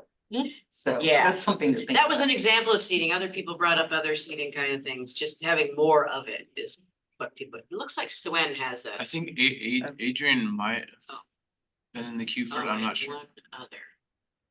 Just to let. Thank you. 1 second. Who was there first? I see to Suen, I can go after. Wonderful. Thank you, Adrian. Go ahead, Suen. I actually wasn't gonna ask about this, but then I have a comment about the off-leash area. Parks such as in Laurelhurst, there's an off-leash area, but it's not really marked with a fenced in, it's just path. So dogs are dogs, and it's really relying on owners to say, okay, clearly there are other dogs are not so equipped to be in the off-leash area, and then dogs can kind of run out very easily to engage each other in an unpleasant way. Speaking from experience. So those are something that we may need to just think about how we define off-leash area. I do have a question about the survey. Been talking to some of the immigrants in different settings in the type of work I do on the side. People take surveys, especially from community members who are not really familiar with our park systems. They always come with their context of experience. So, of course, first thing, the government is wanting to get some information from you itself. It's a little bit kind of like, why do they want information? In my opinion, some cultures, their governments don't really care about people's opinion. So there's a little bit of a cultural gap from time to time that will affect the way we collect information. The other thing is a lot of parks, people, if they are in an area that is less convenient to go to their parks, or if they go to their parks, they don't usually go and compare to other neighborhoods and other parks. So their lens is about that particular experience. And I wonder, is there a way, probably making it more complicated than it needs, is that if people who are visiting parks in an area that's already not as affluent as some of the neighborhoods with parks that might already have more facility and quality of experience, their lens can only look at their park, and they have no idea that a park can also be like somewhere else that has other amenities. And so their input is going to be very localized and regionalized, also within their own limited experience. And if we have a way, and maybe it's our website, but then a lot of underrepresented community members, they don't have the privilege to be able to know that kind of larger view and comparison and say, West Side has something like this, we would love to have something like this. And so their bar may be lower than what they think they actually can ask for, something that other parks already have very easily accessible, and yet they didn't even know that's an option. So I'm just a little bit more mindful of folks who are giving you information with a limited experience and lens. And so if we take on that kind of survey result, how can we somehow maybe mitigate that level of a little bit of a compromised information collected? Thank you, Suen. I guess, I mean, I'm sure Jason and Debbie also have thoughts, but my initial thought is I think that's where the community engagement piece is going to be really valuable and important, particularly to your first point, Sue-Ann. I know Jenna is working really hard to connect with culturally specific organizations and a variety of different organizations across the city. Particularly, I mean, we saw this with Insights, we saw this with the listening sessions we did last summer, of really empowering and supporting these different community organizations to be able to talk to the people that they're already connected with and help them feel supported, help them understand this is what Parks is wanting to know, this is why they want to hear from you, this is how PSU and Parks are going to protect and your information. Because yeah, I mean, the trust piece is huge in surveys, and there are very valid reasons why lots of people do not feel comfortable participating in survey work, and valid reasons why they would open something in their mail and be like, I don't want to tell them anything. So, and lost my train of thought, but I guess, yeah.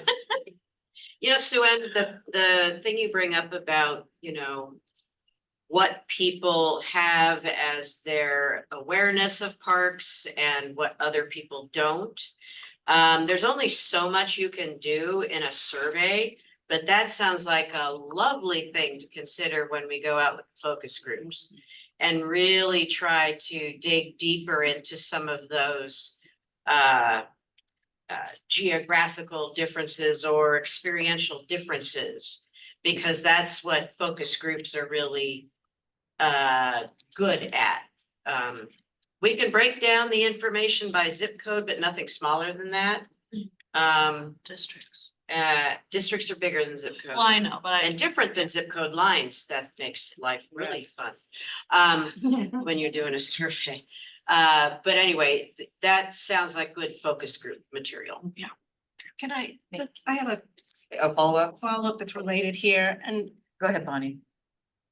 in terms of the disaggregation that Jason mentioned early on, I'm hoping that that would be, so I'm Bonnie Geosick, and in addition to being on the Parks Board, I'm with Echo Northwest. So, but I think that this is an area where the disaggregation that you mentioned earlier as well, so you're gonna have these economic and demographic questions. And I would hope that by disaggregating across those population groups, you begin to be able to address some of those issues, and then identify the ones that you want to dig further into in the focus groups. And because I actually had made a question as well with respect to the disaggregation question of if geospatially was going to be one of the components. It does sound like you have some district level information or zip code level information, which is not great, but it's something, right? So, thanks. I want to remind folks that Adrian also. Yeah, I have her on. Okay, good. Adrian, please go ahead. Oh, yeah, thanks. Yeah, first I want to say, you know, this whole data effort is so impressive. One of my roles is as an epidemiologist in quality improvement in medicine. And, you know, just the partnership between the Parks Board and PSU really reflects a true commitment to quality improvement. So really great. A couple of thoughts and questions. So probably the biggest one was, as a advisory board and certainly Parks itself, we're really concerned about maintenance issues and really the loss of our parks infrastructure that's happening over time. And the question that you have about on that only sort of gave a place for folks to write in comments if they responded that maintenance or infrastructure was in poor condition. And so it was a, you know, it was a sort of a dull hammer and a single question on something that we're going to be going and really politically trying to leverage and get funding in the future and so forth. So at a minimum, I would allow comments for any kind of, you know, negative or even positive response. And perhaps just have the leaders, instead of, I see that your questions are limited by number, as it should be, to different parts of Parks and Rec. but has sort of an overall political lens been put on it to say, okay, where do we need data to assure survival? So, anyway, so that was one observation. And then just a couple questions. In terms of how are you going, you talked about outreach to improve response rate. How are you actually going to do outreach to improve overall response rate, and then in more disadvantaged or targeted communities where we're more interested? Okay, just one thing I hadn't mentioned before, the way we're doing the random household survey, it's gonna be a 3-part mailing. And I know this doesn't exactly get to it, Adrian, but it kind of sets the stage. 3-part mailing. First, we're doing a letter. The addresses are distributed proportionally throughout the city based on population. Then we're gonna, a few weeks later, send out another letter with the survey itself. In the first letter, they get a web address, the link to that, and a unique PIN so they can go to do the web survey. Second one, they'll still get in addition to the survey, they'll still get the web link. And in the third, it'll be a reminder postcard. So hopefully that increases response rate at that level. And then the outreach, working with Jenna's team, kind of coming up with a long list of a variety of different organizations throughout the community who serve a wide range of individuals, really focused on those centered communities, prioritizing organizations that support, and the list I had up there of all those types of subgroups. So that, by doing that outreach, supplementing the random household survey, we will hopefully get a fairly good array of individuals in most of those centered communities, which is the goal. Thank you. So we have 2 more questions, and then we're gonna have to move to the next item on the agenda. Chris and then Matt, please. So I know that a lot of bureaus have been taking extensive efforts, especially the Parks Bureau, in having cultural representation and bringing people to the table in not only the building and infrastructure of park spaces, but also in recreation. And so you mentioned there's going to be focus groups after. I think the questions around feeling welcome and safe are really important. And I think there's some intersectionality between cultural representation and cultural welcoming and recognition in spaces that I think would be interesting for me to hear about if you're digging deeper with those populations too in focus groups. And I know that that is further down the line.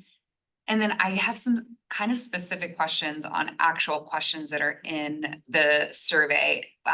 As an enrolled tribal member myself, I'm interested why there's a split between the enrolled and descendant questions. And I'm asking that because I can see a purpose in the larger community, because there are some funding that you get from different funding streams that can only be used with enrolled members and by enrolled members for those types of services. But so I was just curious of why those 2 questions are separated out in the survey, while you already have a question around American Indian or Alaska Native and Native Hawaiian in this subsection before. We can't really answer that question because that was designed by the city data standards group. And maybe we could find a way to connect you to that group and the decision behind that. Yeah. But I bet it aligns with exactly what you said. Yeah. If it's a city standard, then it's probably that they disaggregate that Yeah. specifically for that reason. Yeah. Sorry, I knew that was a very That was a detailed great question. No, it's a good question. But unfortunately, we didn't, we can't be, we can't take credit or responsibility. I appreciate it. If you have other questions though, our email addresses should be in the meeting invite somewhere, or connect with We have it. Jason. Yeah, you can always follow up. And do we have a deadline if we have questions regarding the survey that we need to get it to you by? Well, if you have questions about the survey, we'll answer them, but the survey is done.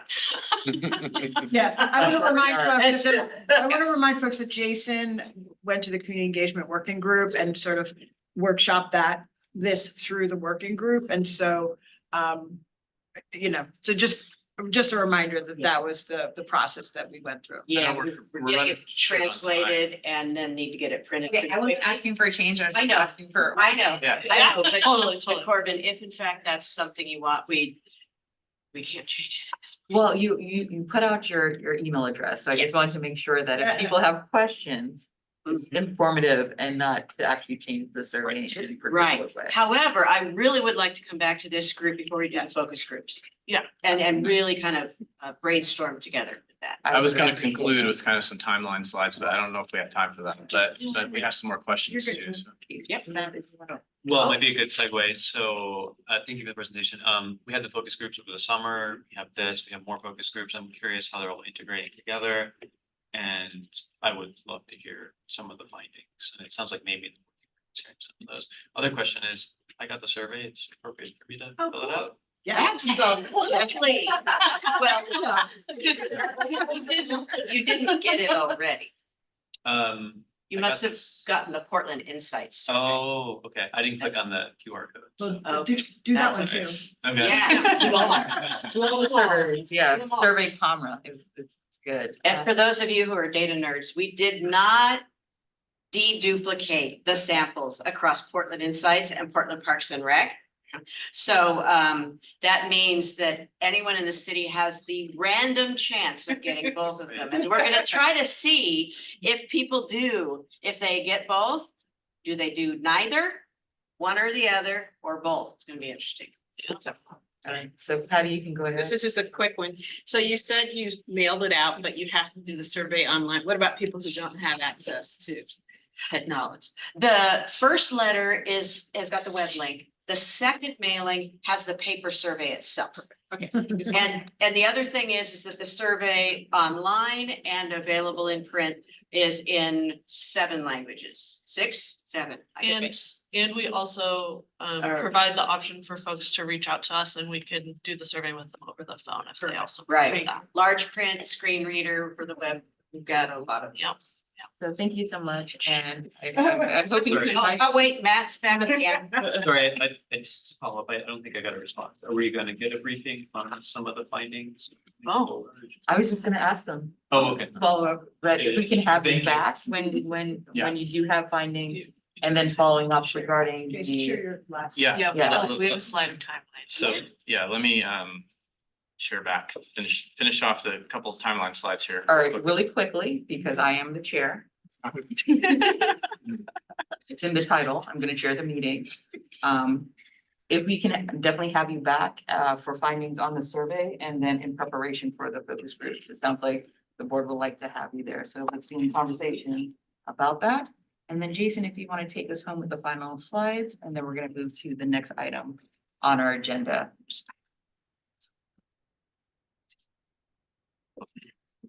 Okay.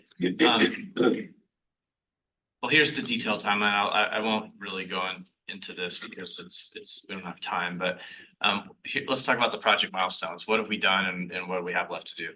So we've done our division work sessions, defining all of our research needs. We worked a lot on the methodology approach, made some decisions there. Worked with the park subcommittee on that. We also worked with our project oversight task subject matter expert that we have set up for the project. Community outreach plan is in progress. Jenna's working on that. That's gonna start in earnest once the survey actually is live, and those Jenna will be out in the field with the partner organizations doing that work. Our first draft, it was done, it's been reviewed. The director had the final review of that. The subcommittee gave us comments, the Parks Board subcommittee gave us comments. So now we're to the point where within the next week or two, the survey will be available to the community. The cover letters are gonna go out in the next week or two, depending on the folks we're working with, get postage in place and all this sort of stuff. Just so you know, the respect for this is a super detailed, personal approach that's based on best practice. We're gonna hand stamp every letter. So people don't get something that comes in the mail and say, oh, what's that, throw it away. This is gonna be really more personalized, and that's how you get your response rate up. So there's a lot of logistics that go into this. But that's right, what we're midstream in right now is getting all that done. Survey will be available to community over the summer months. We're gonna see our numbers come in before we decide, you know, when we get the numbers that we feel like we need to be able to close it down. Debbie's team will be doing all the data cleaning and deep analysis. Because remember, we're gonna have like the overall report, plus we're gonna have 3 supplemental reports, and then we'll have all the crosstab analysis on all the demographic variables. So there's a lot of detailed analysis to do. That's gonna take most of the fall.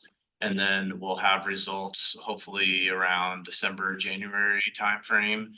And then we'll be going back out to everybody and presenting what we found and having everyone help us think about like, what's the next step for the focus groups? Because those results are really going to be the, you know, the catalyst for where we go with the focus group discussion. So we'll be back. Definitely with all that. Thank you so much. Thank you so much. One final comment, we will probably have a few thousand paper surveys, so we accept volunteer help. If you ever want to code and data enter surveys, just say, it's a fun, actually, I must say, it can be quite cool to be that close to the data and see it, so. Thank you. Although, Thank you so much. thanks, everybody. Thank you. So we're gonna be moving to the next item on our agenda. The briefing on Carverton reliability project. And it looks like we have Marshall Johnson, Laura Heelman, and Rachel Felice. Let me know if I'm pronouncing that correctly. I'm gonna ask you to conclude your presentation by 11:30. And then we have just to be clear that we will open it up to public comments at 11:45. So you probably get a break during that time and then we can finish up. I'm gonna ask the board members as well as the presenters to wait till the end of the presentation before we ask questions or put forth any comments. Because we can really take up some time, which is good. We just want to make sure that we get through the presentation. So please go ahead and introduce yourself and let me know when you're ready to start. Okay, great. Thank you. My name's Laura Lehman. I'm the Senior Environmental Planner here at Portland Parks and Recreation. I use she, her pronouns. And I have a couple of colleagues here with me, as Dr. Corbin mentioned. So before we kick off, I'm just going to ask Marshall and Rachel to please introduce yourselves. Hello, Marshall Johnson. I'm a natural resource ecologist with Portland Parks and Recreation, West Side Natural Areas, and I work in Forest Park. And I'm sorry, he, him pronouns. And I will pass it over to Rachel. Hello, y'all. My name is Rachel Felice. I use she, her pronouns. I'm the city nature manager with Portland Parks and Recreation. I work in the land stewardship division and work with teams that do a lot of different things. But the project we're talking about today, I work with teams that care for about 8,000 acres of natural area across the city, and 5,200 of those acres are in Forest Park. So that's the location we're going to be talking about today. Thank you for the invitation to join you.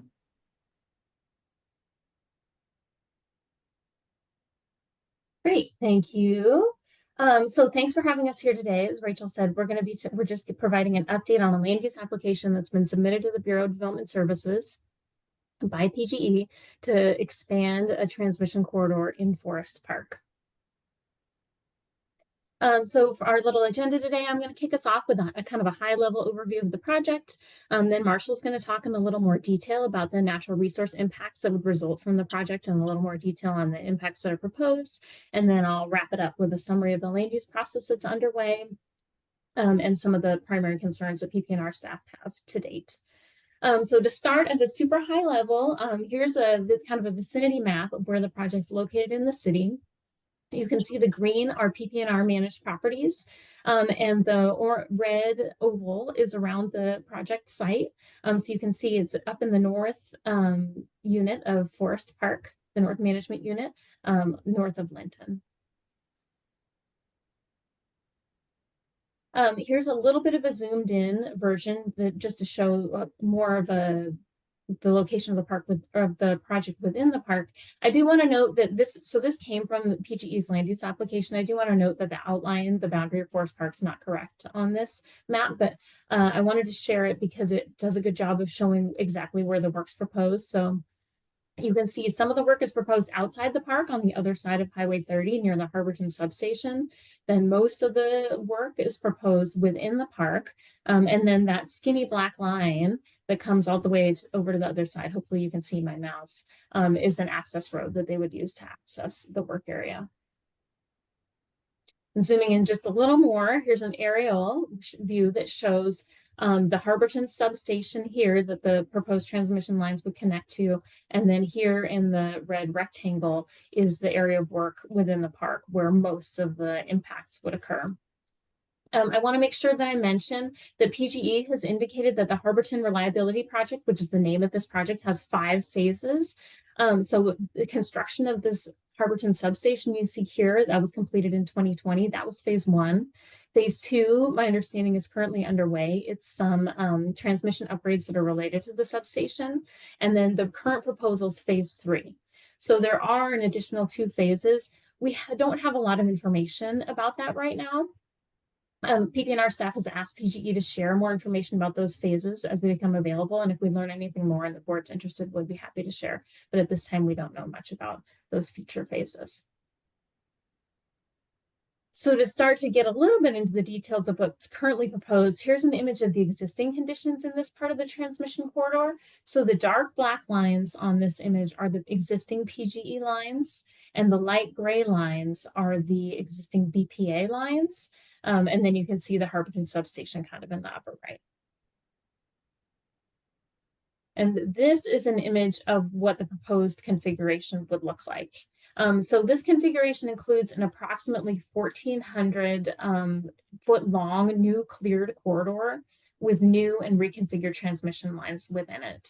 The pole that's labeled 299 that you can see here, that's labeled replaced, is proposed to be moved. It's about here now. It would move to the south to this location. There's also 2 new poles, this one that's labeled pole 3 here, and then pole 5 here, that would support new transmission lines coming from the Harborton substation. And then there are 3 lattice towers, tower 2998, 297, and 296, that are all proposed to be reconfigured and reused. And to create, and those would be, they need to be reconfigured to be able to support the new lines. And to create this new area of the transmission corridor, to expand it to accommodate these new poles and the new lines, PGE is proposing to clear approximately 4.7 acres of forest. So now I'm going to hand it off to Marshall. He's going to get into a little more detail about the impacts and the natural resources in this area. Thanks, Laura. Just to let everyone know, Laura is advancing the presentation for me, so I'll be asking her for next slide as we go along. This image is one of the many plan maps that we received from PG&E as part of the application. This is a site plan that they submitted showing an overview of the site in Forest Park, where they would be expanding the power lines. In this image, you have Highway 30 on the right side there. And then everything else essentially that you see here is Forest Park, except that the blue area that you see is a mix of rights of way and property that's actually owned by the federal government, where Bonneville Power Administration has power lines that run through Forest Park as well. The pink area on this map is where PGE is now proposing to clear the forest that would allow them to expand their power lines. This area is in Forest Park. It's on land owned by the city. And there's an easement there that was sold to PGE several decades ago to use for power lines. So at that time, PGE built a power line through part of the easement area, and they left another part of it undeveloped.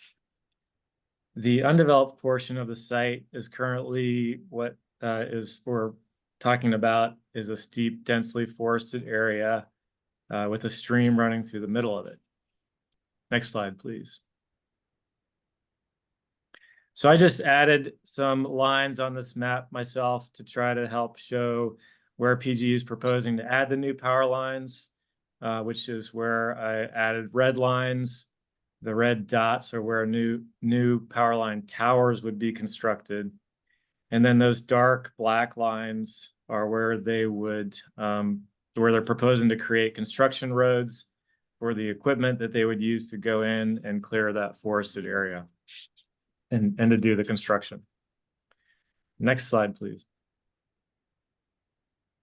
So these maps were also part of PG's submittal, and I just wanted to show these because it's kind of a good way to visualize where they're proposing to remove trees.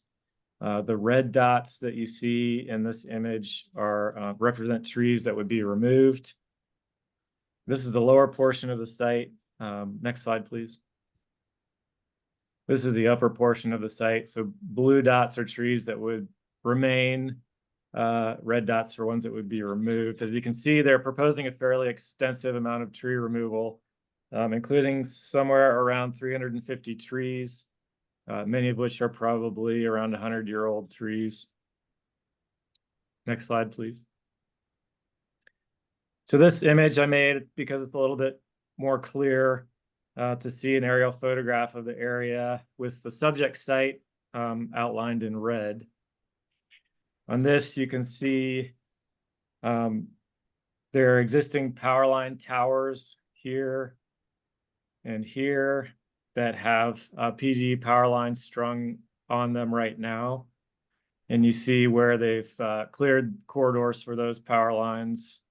And then you can also see this middle section here is the undeveloped forested portion of the subject site with a stream running through the middle of it.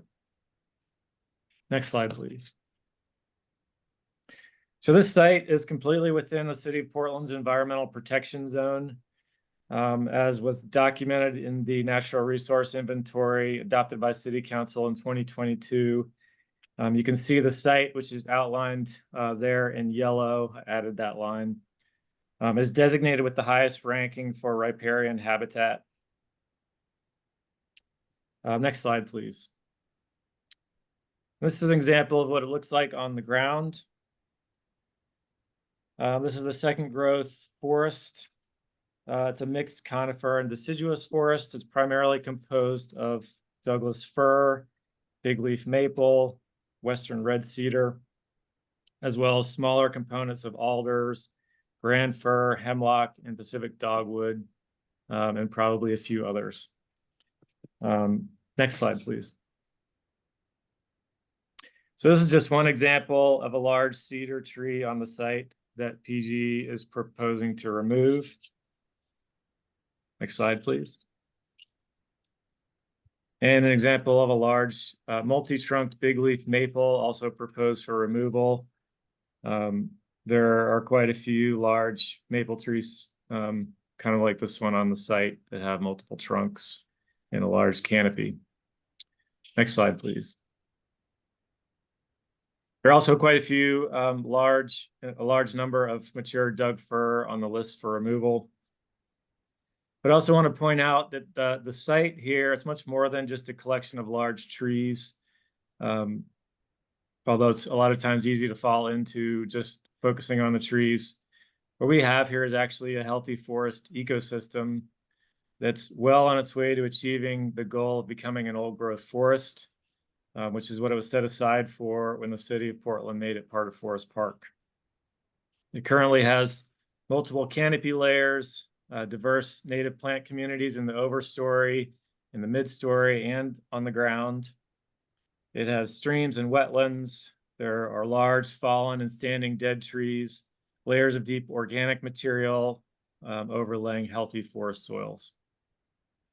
Next slide, please. The understory vegetation has a diverse native shrub layer that has many native shrub species, including vine maples, salmonberry, thimbleberry, elderberries, huckleberries. Next slide. Including red osier dogwood, sword ferns, bald hip rose, which is the one on the right there, Oregon grape, and many more. Next slide. The ground cover vegetation includes a diversity of native ephemeral herbaceous vegetation. Some really nice examples are this trillium, this nice pink trillium that you have in this example, and the stream violet, which is the small yellow flower down below it, inside out flower, western star flower. Next slide. Pacific waterleaf, enchanter's nightshade, candy flower, fairy bells, to name a few. There are quite a few more. Many of these flowering plants support pollinators like bumblebees. They also provide fruit that's used by wildlife for food. Next slide. The small stream that flows through the site flows through the forest. It's a perennial stream that forks into two channels, and it eventually flows down towards the Willamette River. Next slide. And this type of high quality forest ecosystem, of course, naturally produces high quality wildlife habitat on the site. There are a diversity of species using this area, including deer, Douglas squirrels, red-legged frogs, bald eagles, pileated woodpeckers, and quite a few others. Next slide. So you can see in this example, there are large mature trees with evidence of wildlife use, like this cedar that's been used extensively by pileated woodpeckers for foraging. This tree is proposed for removal by PGE. Next slide. In addition to that forest habitat, there's also a significant amount of Oregon white oak habitat along the lower section of the site that would be impacted by PGE's project. This large oak in this picture here is one that would be removed, essentially to make room for construction access road for the project. Next slide. And then this example of a mature oak on the left side of this photo, which is well over 100 years old, perhaps multiple hundreds of years old, would be removed in order to move the existing tower that you see in this picture slightly to the south for the project. And that's what I have. There's lots more. It's a complicated project and there's a lot going on there. So I'm happy to answer questions if people would like to hear more at the end. Thank you. Thank you. Thanks, Marshall. I just have two more slides and then we'll wrap it up. So this one is just an overview of PP&R staff's primary concerns with this proposal. And these are summarized too in the memo that I believe you all received ahead of time. So there's a little more information in the memo about those. But climate resilience, of course, PP&R staff wants to make sure that the importance of protecting existing forested areas and how important that is for achieving our citywide climate goals doesn't get lost in the conversation about the green grid, and the importance of trying to achieve all of our climate resilience goals and trying not to achieve some at the expense of others. Loss of wildlife habitat. Marshall talked about what high value habitat is provided in this area and how important that is. Impacts to water resources. Besides the potential impacts of the stream that Marshall showed the pictures of, there's also 2 wetlands that are proposed to be filled, and those need to be mitigated in some way, but that's still to be determined.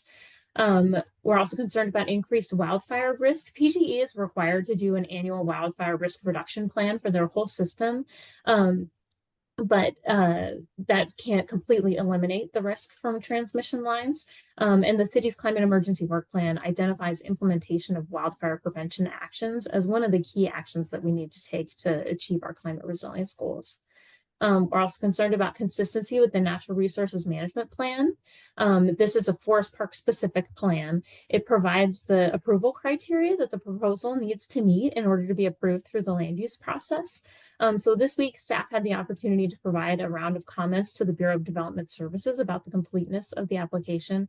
And included in those comments, we talked about the proposal, staff's feeling that the proposal as it stands does not meet Conservation Goal 1 in the Natural Resource Management Plan. And I'm happy to share, if there's interest after, we can share a link to the plan. I believe it's in the memo that went out to you all, and also the approval criteria in there as well. And lastly, mitigation of impacts. I mentioned that mitigation is going to be required. Right now, PG is proposing a combination of mitigation options, and PP&R staff, Bureau of Development Services staff, and Bureau of Environmental Services staff have all provided comment to PGE through the land use process that the current mitigation proposal is insufficient and provided some ideas of how it could be improved. And then my last slide is just a quick overview of the land use process. So to get approval to move this project forward, PGE needs approval of environmental review, a conditional use, and a greenway review. The greenway review is limited to the work on the other side of Highway 30, though, not to the park. So these are all reviews where the final decision will be made by a hearings officer. So Bureau of Development Services staff will make a recommendation to the hearings officer, and then the hearings officer will issue the final decision. Currently the application is incomplete. That's its status. They have, because the Bureau of Development Services sent an incomplete letter back to PGE this week, telling them what additional information is needed to be able to deem the application complete. So once PGE provides that additional information, then the process will restart. And at that time, that's when the public hearing will be scheduled and the public notice period will begin. So will be a 20-day public notice period, during which time folks can provide written comments on the proposal.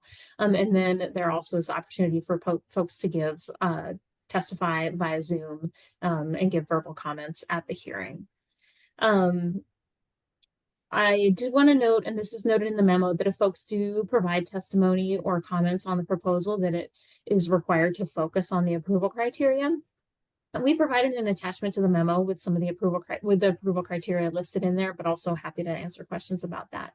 And then once the final decision is issued, if there is an appeal, the appeal would be heard by City Council. And the last thing I want to mention is just that staff have heard from neighbors and from some of our partners like the Forest Park Conservancy that folks are really interested in this project and really paying attention and engaged and are planning. We're hearing that folks are planning to submit comments and to maybe provide testimony when the opportunity to testify at the hearing does come up. So that is all we've got. So we'll leave it at that and put it over to questions. Thank you so much. I'm going to open the floor to the board. Board members, Adrian, Bonnie, and Ally, if you can do me a favor, when did you put your hands up? I was third. Okay. I know Adrian was first. Great, okay. I had it down right. Wonderful. Adrian, please go ahead. Thanks. Say, as a member of the Parks Advisory Commission, also Urban Forestry Commission, you know, this proposal from PGE is absolutely outrageous in my view. And I get the feeling that's the common sentiment. What I didn't get from the materials was, what is the rationale from PGE at this point? And you know, do they have an obligation to present alternatives? Has anyone looked into alternatives yet? So they were required to submit an alternatives analysis as part of their land use application. So there are some materials and we can share, their applications, all public record, so we can share that out. But they did have a number of alternatives that they explored, some of them which did not go through the park. Their conclusion was that those alternatives all came at a higher cost or a longer timeline. They have system reliability requirements that they're required to meet by the state. So what we read in the alternatives analysis was that those alternatives in their estimation wouldn't be able to meet that timeline. But we can share more information about those alternatives. And then was there a second part to the question that I'm not answering? No, that's good. But you know, as a community member, that's just tough news that it's going to cost them more to do the right thing. So, you know, how do we get that message across? Oh, and actually you had mentioned the rationale. I think for needing in addition, they had some information in their application about the reason why it's needed, but it's for, I mean, hence the name Harborton Reliability. It's intended to enhance the reliability of the system and prevent power outages. Right. Thank you. They believe, so I was gonna say, because I was at the PTE thing, they believe that their current ability to provide power, our need for power will overwhelm their system by about 2028 based on their current estimations. So that's what they said. Maybe less lines and more panels. I'm just saying, you should figure it out. Bonnie, please go ahead. Yeah, thank you, Laura and Marshall. I question with respect to the timing, so I guess, well, two questions. One with respect to the timing, you mentioned, Laura, that their current application has been deemed incomplete. Once it's deemed complete, the 20-day period, what's the timing on the staff report before it gets scheduled to be heard by the hearings officer? Is that 120 days? So the 120 days is to complete the process, and you have to factor in time for appeals. So the 120 days is the whole process, including time for it to be appealed. The staff report will be available, I believe it's a week before the hearing. So it might not be available. It's usually not available for the whole 20-day period, but it'll be available before the public hearing. Okay, my second question was related to the material that Marshall showed at the beginning of his remarks. I'm confused about, so it sounds like there's the PG&E easement that's immediately north of the BPA controlled corridor area. And I guess I'm confused as to why those corridors couldn't be coterminous. And if that might be a possibility and evaluated as an alternative. That's correct. There is there's a complicated patchwork of easements, rights of way, and ownership by BPA and the city and PGE and other entities where the power lines currently run. And my understanding is the corridor where the BPA power lines are is essentially at capacity and wouldn't be able to accommodate additional lines, as far as I understand. And there was some mention of it in the alternatives analysis. It's been a little while since I read that, but they did look at an option of trying to utilize both existing towers and to collaborate with BPA to find alternative locations besides the proposed, the option they selected. And they've, as far as the alternatives analysis, they've justified the need to choose the current proposal based on many factors. A lot of them are technical power line related factors that I don't have a great handle on. Thank you. It sounds like to me like they need to invest a little bit more on the alternatives to explore those a little bit more. Thank you. Jen, is there a follow-up? Saw a hand up, or is there a question? Rich? Sue Ann was before me. Okay, so Dr. these are Corbin. questions not following up to. I have information to share, but I can follow Sue Ann, unless you want me to go now. Go If it's ahead. If it's pertinent to what was just said, that'd be great. It's pertinent to the project, not that specifically. Okay, thank you so much. Ally, go ahead. Yeah, I have a couple questions. So one of my biggest concerns is the red-legged frog, right? There's only one still water source of habitat in the entire forest park complex. It's not in that location, and if folks don't know, red-legged frogs have to cross Highway 30 in order to get to the wetlands on the other side in order to lay eggs. So you are taking and the volunteers, I have been one of them who literally grab them, put them in a bucket and drive them over to the habitat. It's cold, it's wet. I've picked up a mating pair. It's weird. Sorry, guys. And so this is right near where the volunteers gather actually to be able to bring them over. So it's a prime crossing spot for this species, and it's considered a sensitive species in Oregon. And like they can't breed in Forest Park. It's literally impossible. So my question is, will any habitat remain? Would it all be concrete? Are they able to pass through it still? What happens to the stream in this scenario? So I'm curious if it leaves any room for them to continue their movements during breeding season, or if it completely stops it. And then I just don't want to give my thought. I do have a follow-up question to that too.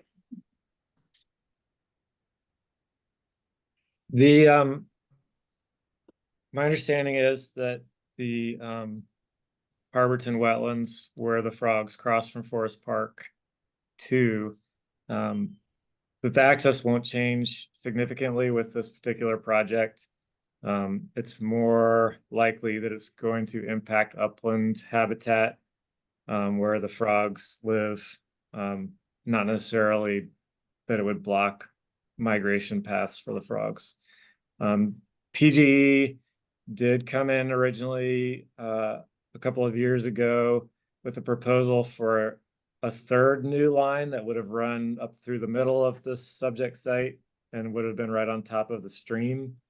And in part, I believe, to their reaction to our comments expressing concern about that, they removed that line from the proposal, and they've made some effort to preserve and protect that stream. I assume with the assumption that that's sort of a focal point for the habitat on the site that would be used for amphibians.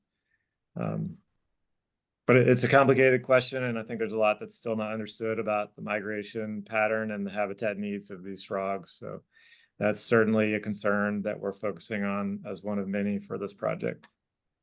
Thank you. And just as a follow-up, well, two things. One, I guess a comment, if they were doing the work, if they did decide to tear down habitat, I'd want it to be really focused on what season it was to do least disruption to wildlife, especially during breeding seasons.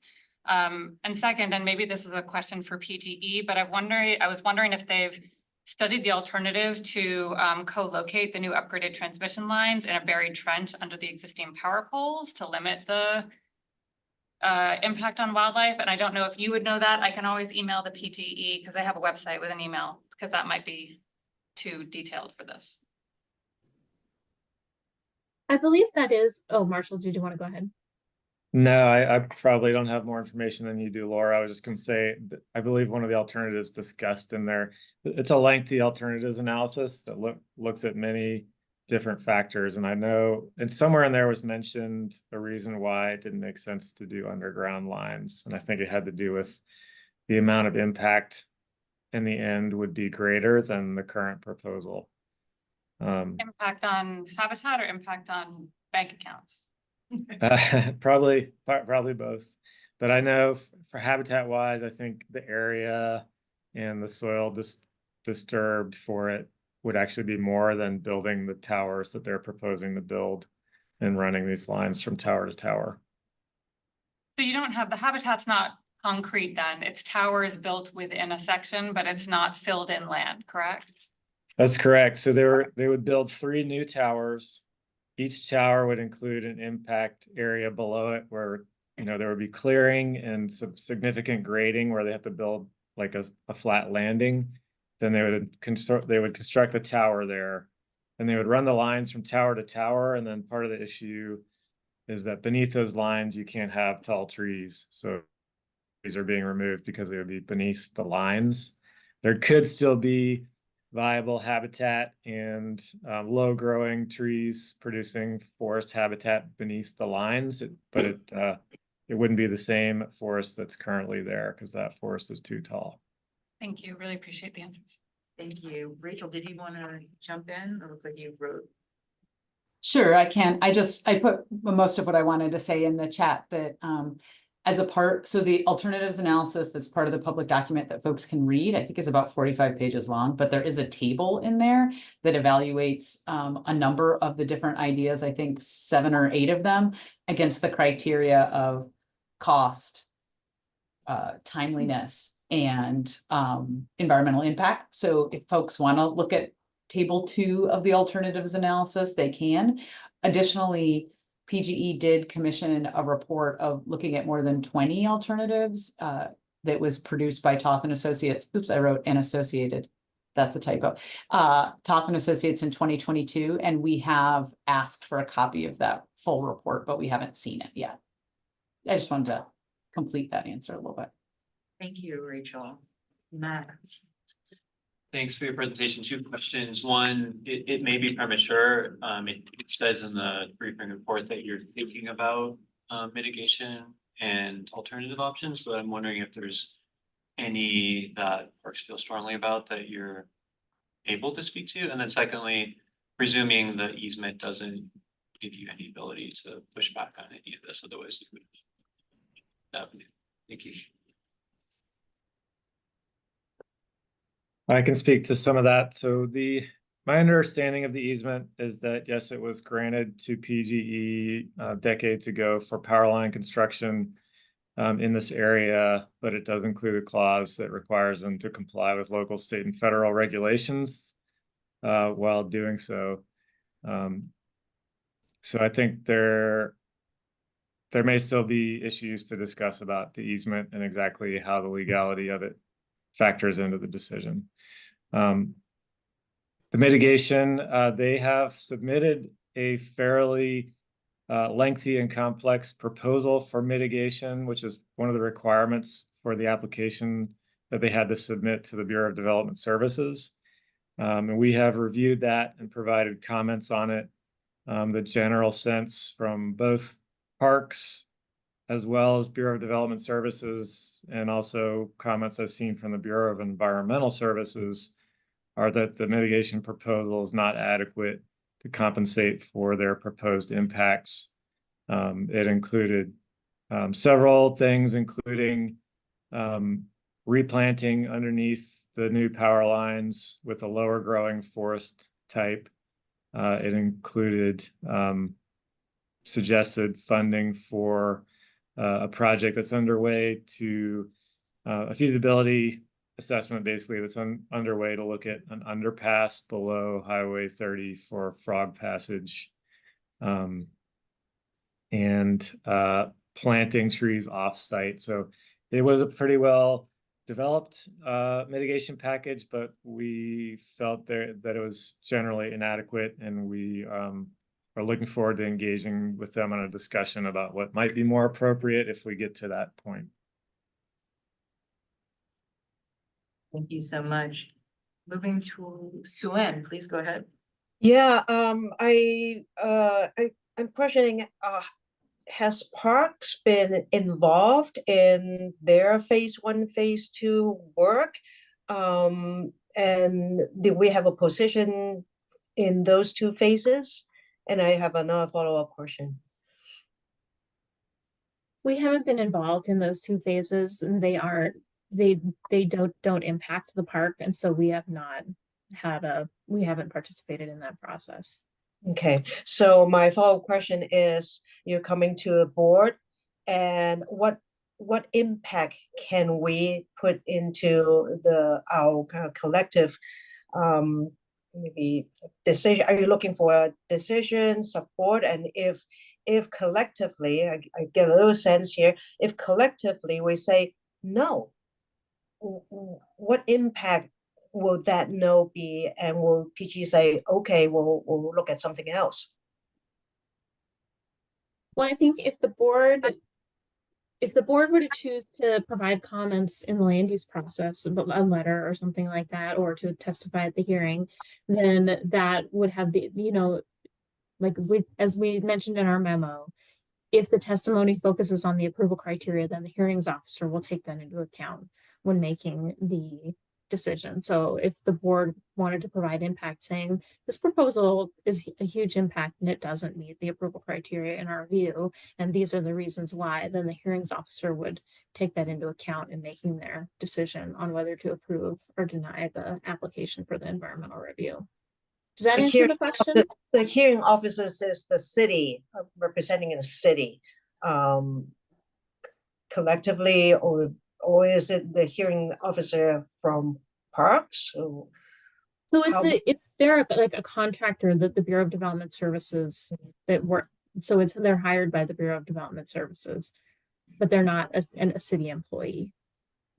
But don't we, I mean, this is basically in our home ground. This is our parks, part of our parks. So shouldn't we have a pretty good say? It's like, no digging here, sorry. Yeah, and I think, like Marshall said, the easement gives them the ability to do transmission in the area where they have the easement, but the easement specifies that they have to comply with all the local regulations. So this is our opportunity to say whether or not we think this complies with the local regulations. Okay, thank you. And just for clarification, we can't necessarily guarantee an outcome, but we can put forth an action, which could be a letter or individually giving testimony. And that will be based on the board's wishes, if we want to vote to, or if anybody wants to make a motion for us to do so. So just something to think about. Jen, please go ahead. Yeah. Then I have Casey. Good morning, folks. Jen Cairo, I use she, her pronouns, and I'm the city forester, and my background's also as a watershed and natural systems manager. And I say that because I wanted to share that in my experience, when entities like PG are talking about costs of alternatives, those costs don't take into account the loss of nature and nature services that the proposal would incur. And those are often difficult to calculate. And so in our culture, they're kind of not calculated. I just wanted to share that. Thank you. Thank you, Jen. Casey, please go ahead. Thank you, Corbin. Do we have a clue what phases 4 and 5 are? And if so, if 3 was granted, what kind of impact 3 and 4 would be? Or 4 and 5 would be, thank you. We really don't at this time, and that's part of the reason we've asked repeatedly for more information about phases 4 and 5, because it's hard to really understand if phase 3 leads to phases 4 and phases 5 that turn out to have, you know, significant impacts in other parts of the park. That really changes, you know, the total impact of this phase, in my view. And so without that information, it's really hard to have an understanding of the whole kind of universe of the impacts that would come out of this project. So we have asked for that information, and development services also included. So they included our comments with their incompleteness letter back to PGE, telling them what information they need to be able to move to the next step. And so they included that, and I think development services reiterated that as well, but we would love to get more information. I think what we've heard is, what I've heard them say is that phases 4 and 5 are in the very early stages of planning, and that they would occur within existing easements or utility right of way. But that, I think, is all we've really heard from them for sure. Marshall or Rachel, do you have anything to add to that? I would just add that in the justification portion of their application narrative, which is a requirement for the application as well, they talk about this location as a bottleneck for power moving through this area. And there is a diagram showing arrows that go from this forest park site north and south, I believe. And the other thing I would add is that they haven't given us full, those are the arrows I was talking about. So that they talk about a bottleneck. So I think it's hard to ignore the fact that it looks like they need to go from Forest Park in multiple other directions. If they use existing easements that they also hold in Forest Park, there is a portion of an easement connected to this current site going north that's currently partially undeveloped. So there's at least a chance that it would include a future phase that would have additional impacts to undeveloped forested portions of Forest Park. But we're still waiting for concrete answers on that question from PGE. Thank you. Are there, Bonnie, go ahead.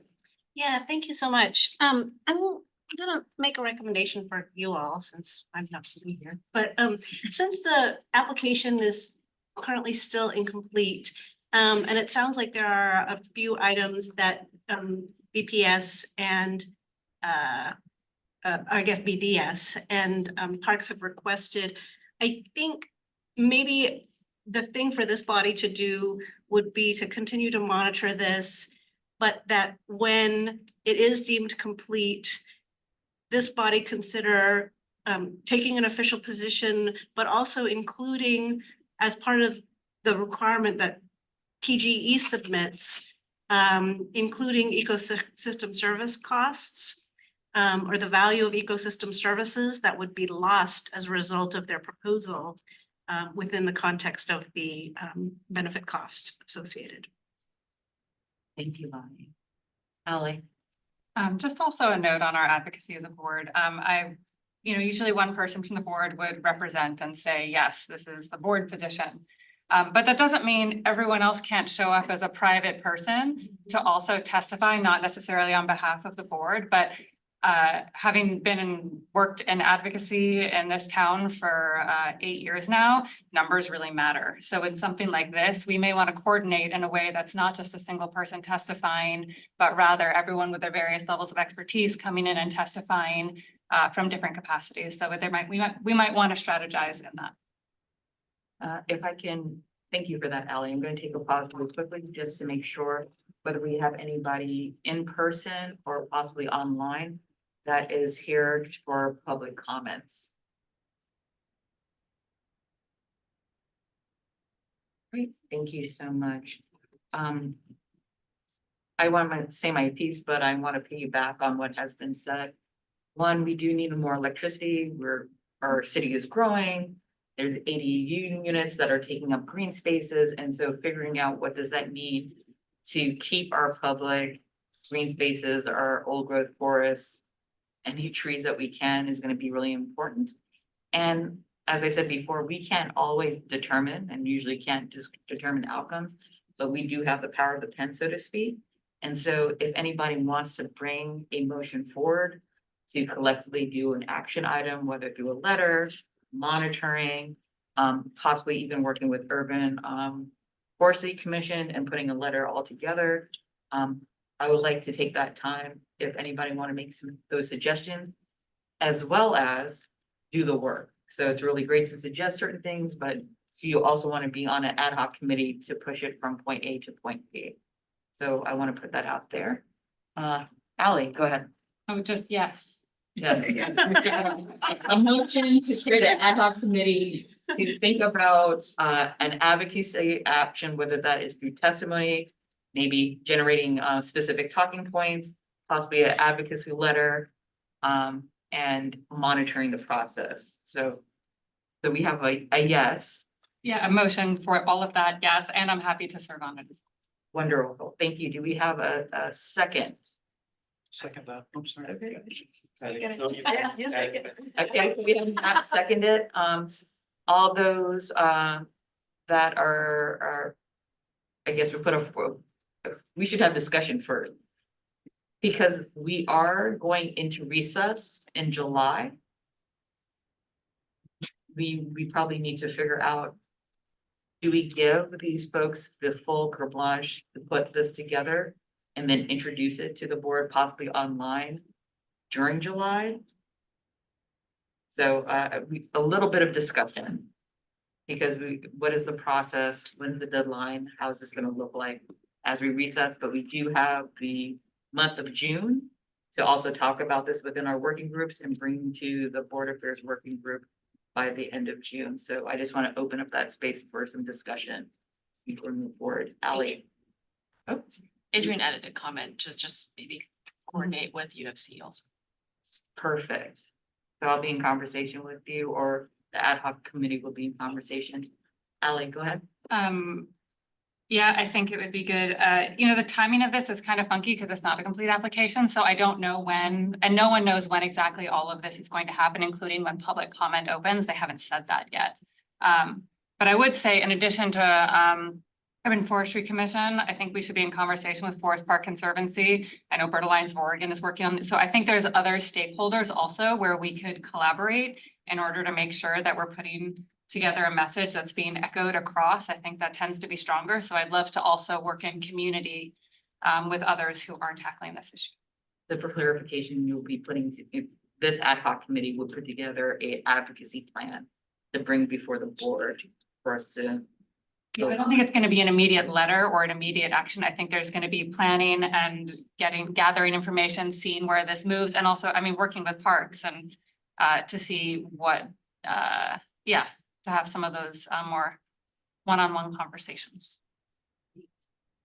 Others that are interested in forming this ad hoc committee, we can't have more than 6 people on there. So we have Casey, Ally, Chris, Matt, and we have Patty. Done. Thank you so much, board. All right. And Sue-Ann, that's it. That's it. That's a Okay. 6. Can I just add something? You want to be on it too? No, I just. I want to volunteer some staff to be on it. Yeah. All right.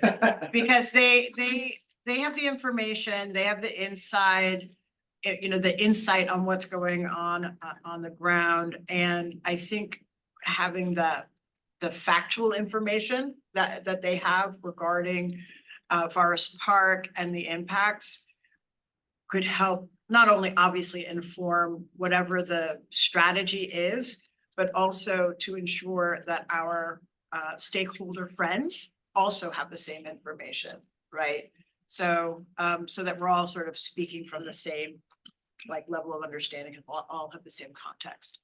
And so Rachel, I'll let you decide who that is on your team. And we'll probably have to coordinate that through. Probably Marshall. Not a working group, but an ad hoc group, and when we get to our second half of the meeting, where we're gonna do our breakout groups around how much time you devote to particular board work, we need to kind of wrestle with that as well. Any other comments or questions? We have about 9 minutes left. With that, we can vote to adjourn. Can we vote for this motion? Oh, we did the discussion. We were just in the discussion. It's done.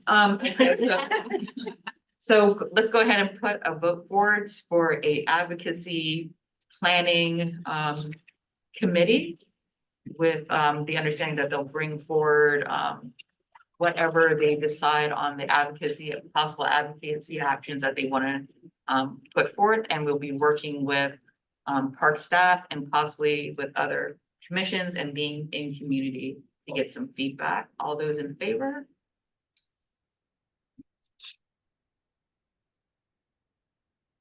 You get everybody? Are you waiting for David? David's hands is up. Right. She doesn't have to. Great. Any abstentions? Right, any against? It's okay to be against. There's room for different opinions here. All right, and it looks like our ad hoc committee is going to be Sue, Casey, Ally, Chris, Matt, and Patty. Great, thank you so much, board. If there is, we can vote to adjourn early if we want. Anybody want to put a motion forward since? Unless we have anything that we want to open up for the board to talk about, but we have plenty of time to talk this afternoon as well. Oh, sounds good. Bill, go ahead. Or would you Hi, prefer William? Bill's great, thanks. All right. Yeah, great shot. I was just curious if I could maybe, I know that there's already 6 people on the ad hoc committee, but would it be cool if I just tagged along just to see how it works and learn the ropes? Let's talk about the ad hoc committee because we have to deal with quorum issues. And so I'm hearing your interest and let's have a larger conversation about this afternoon. So we don't want to exclude you, but we want to make sure that we're doing it within our parameters. So I Okay. have you noted. So if we can also put down Bill as also a person of interest. And you. Thank you. All right, thank you. Good, everybody.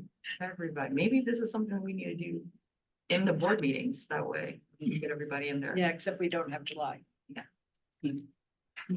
Are we sad about that?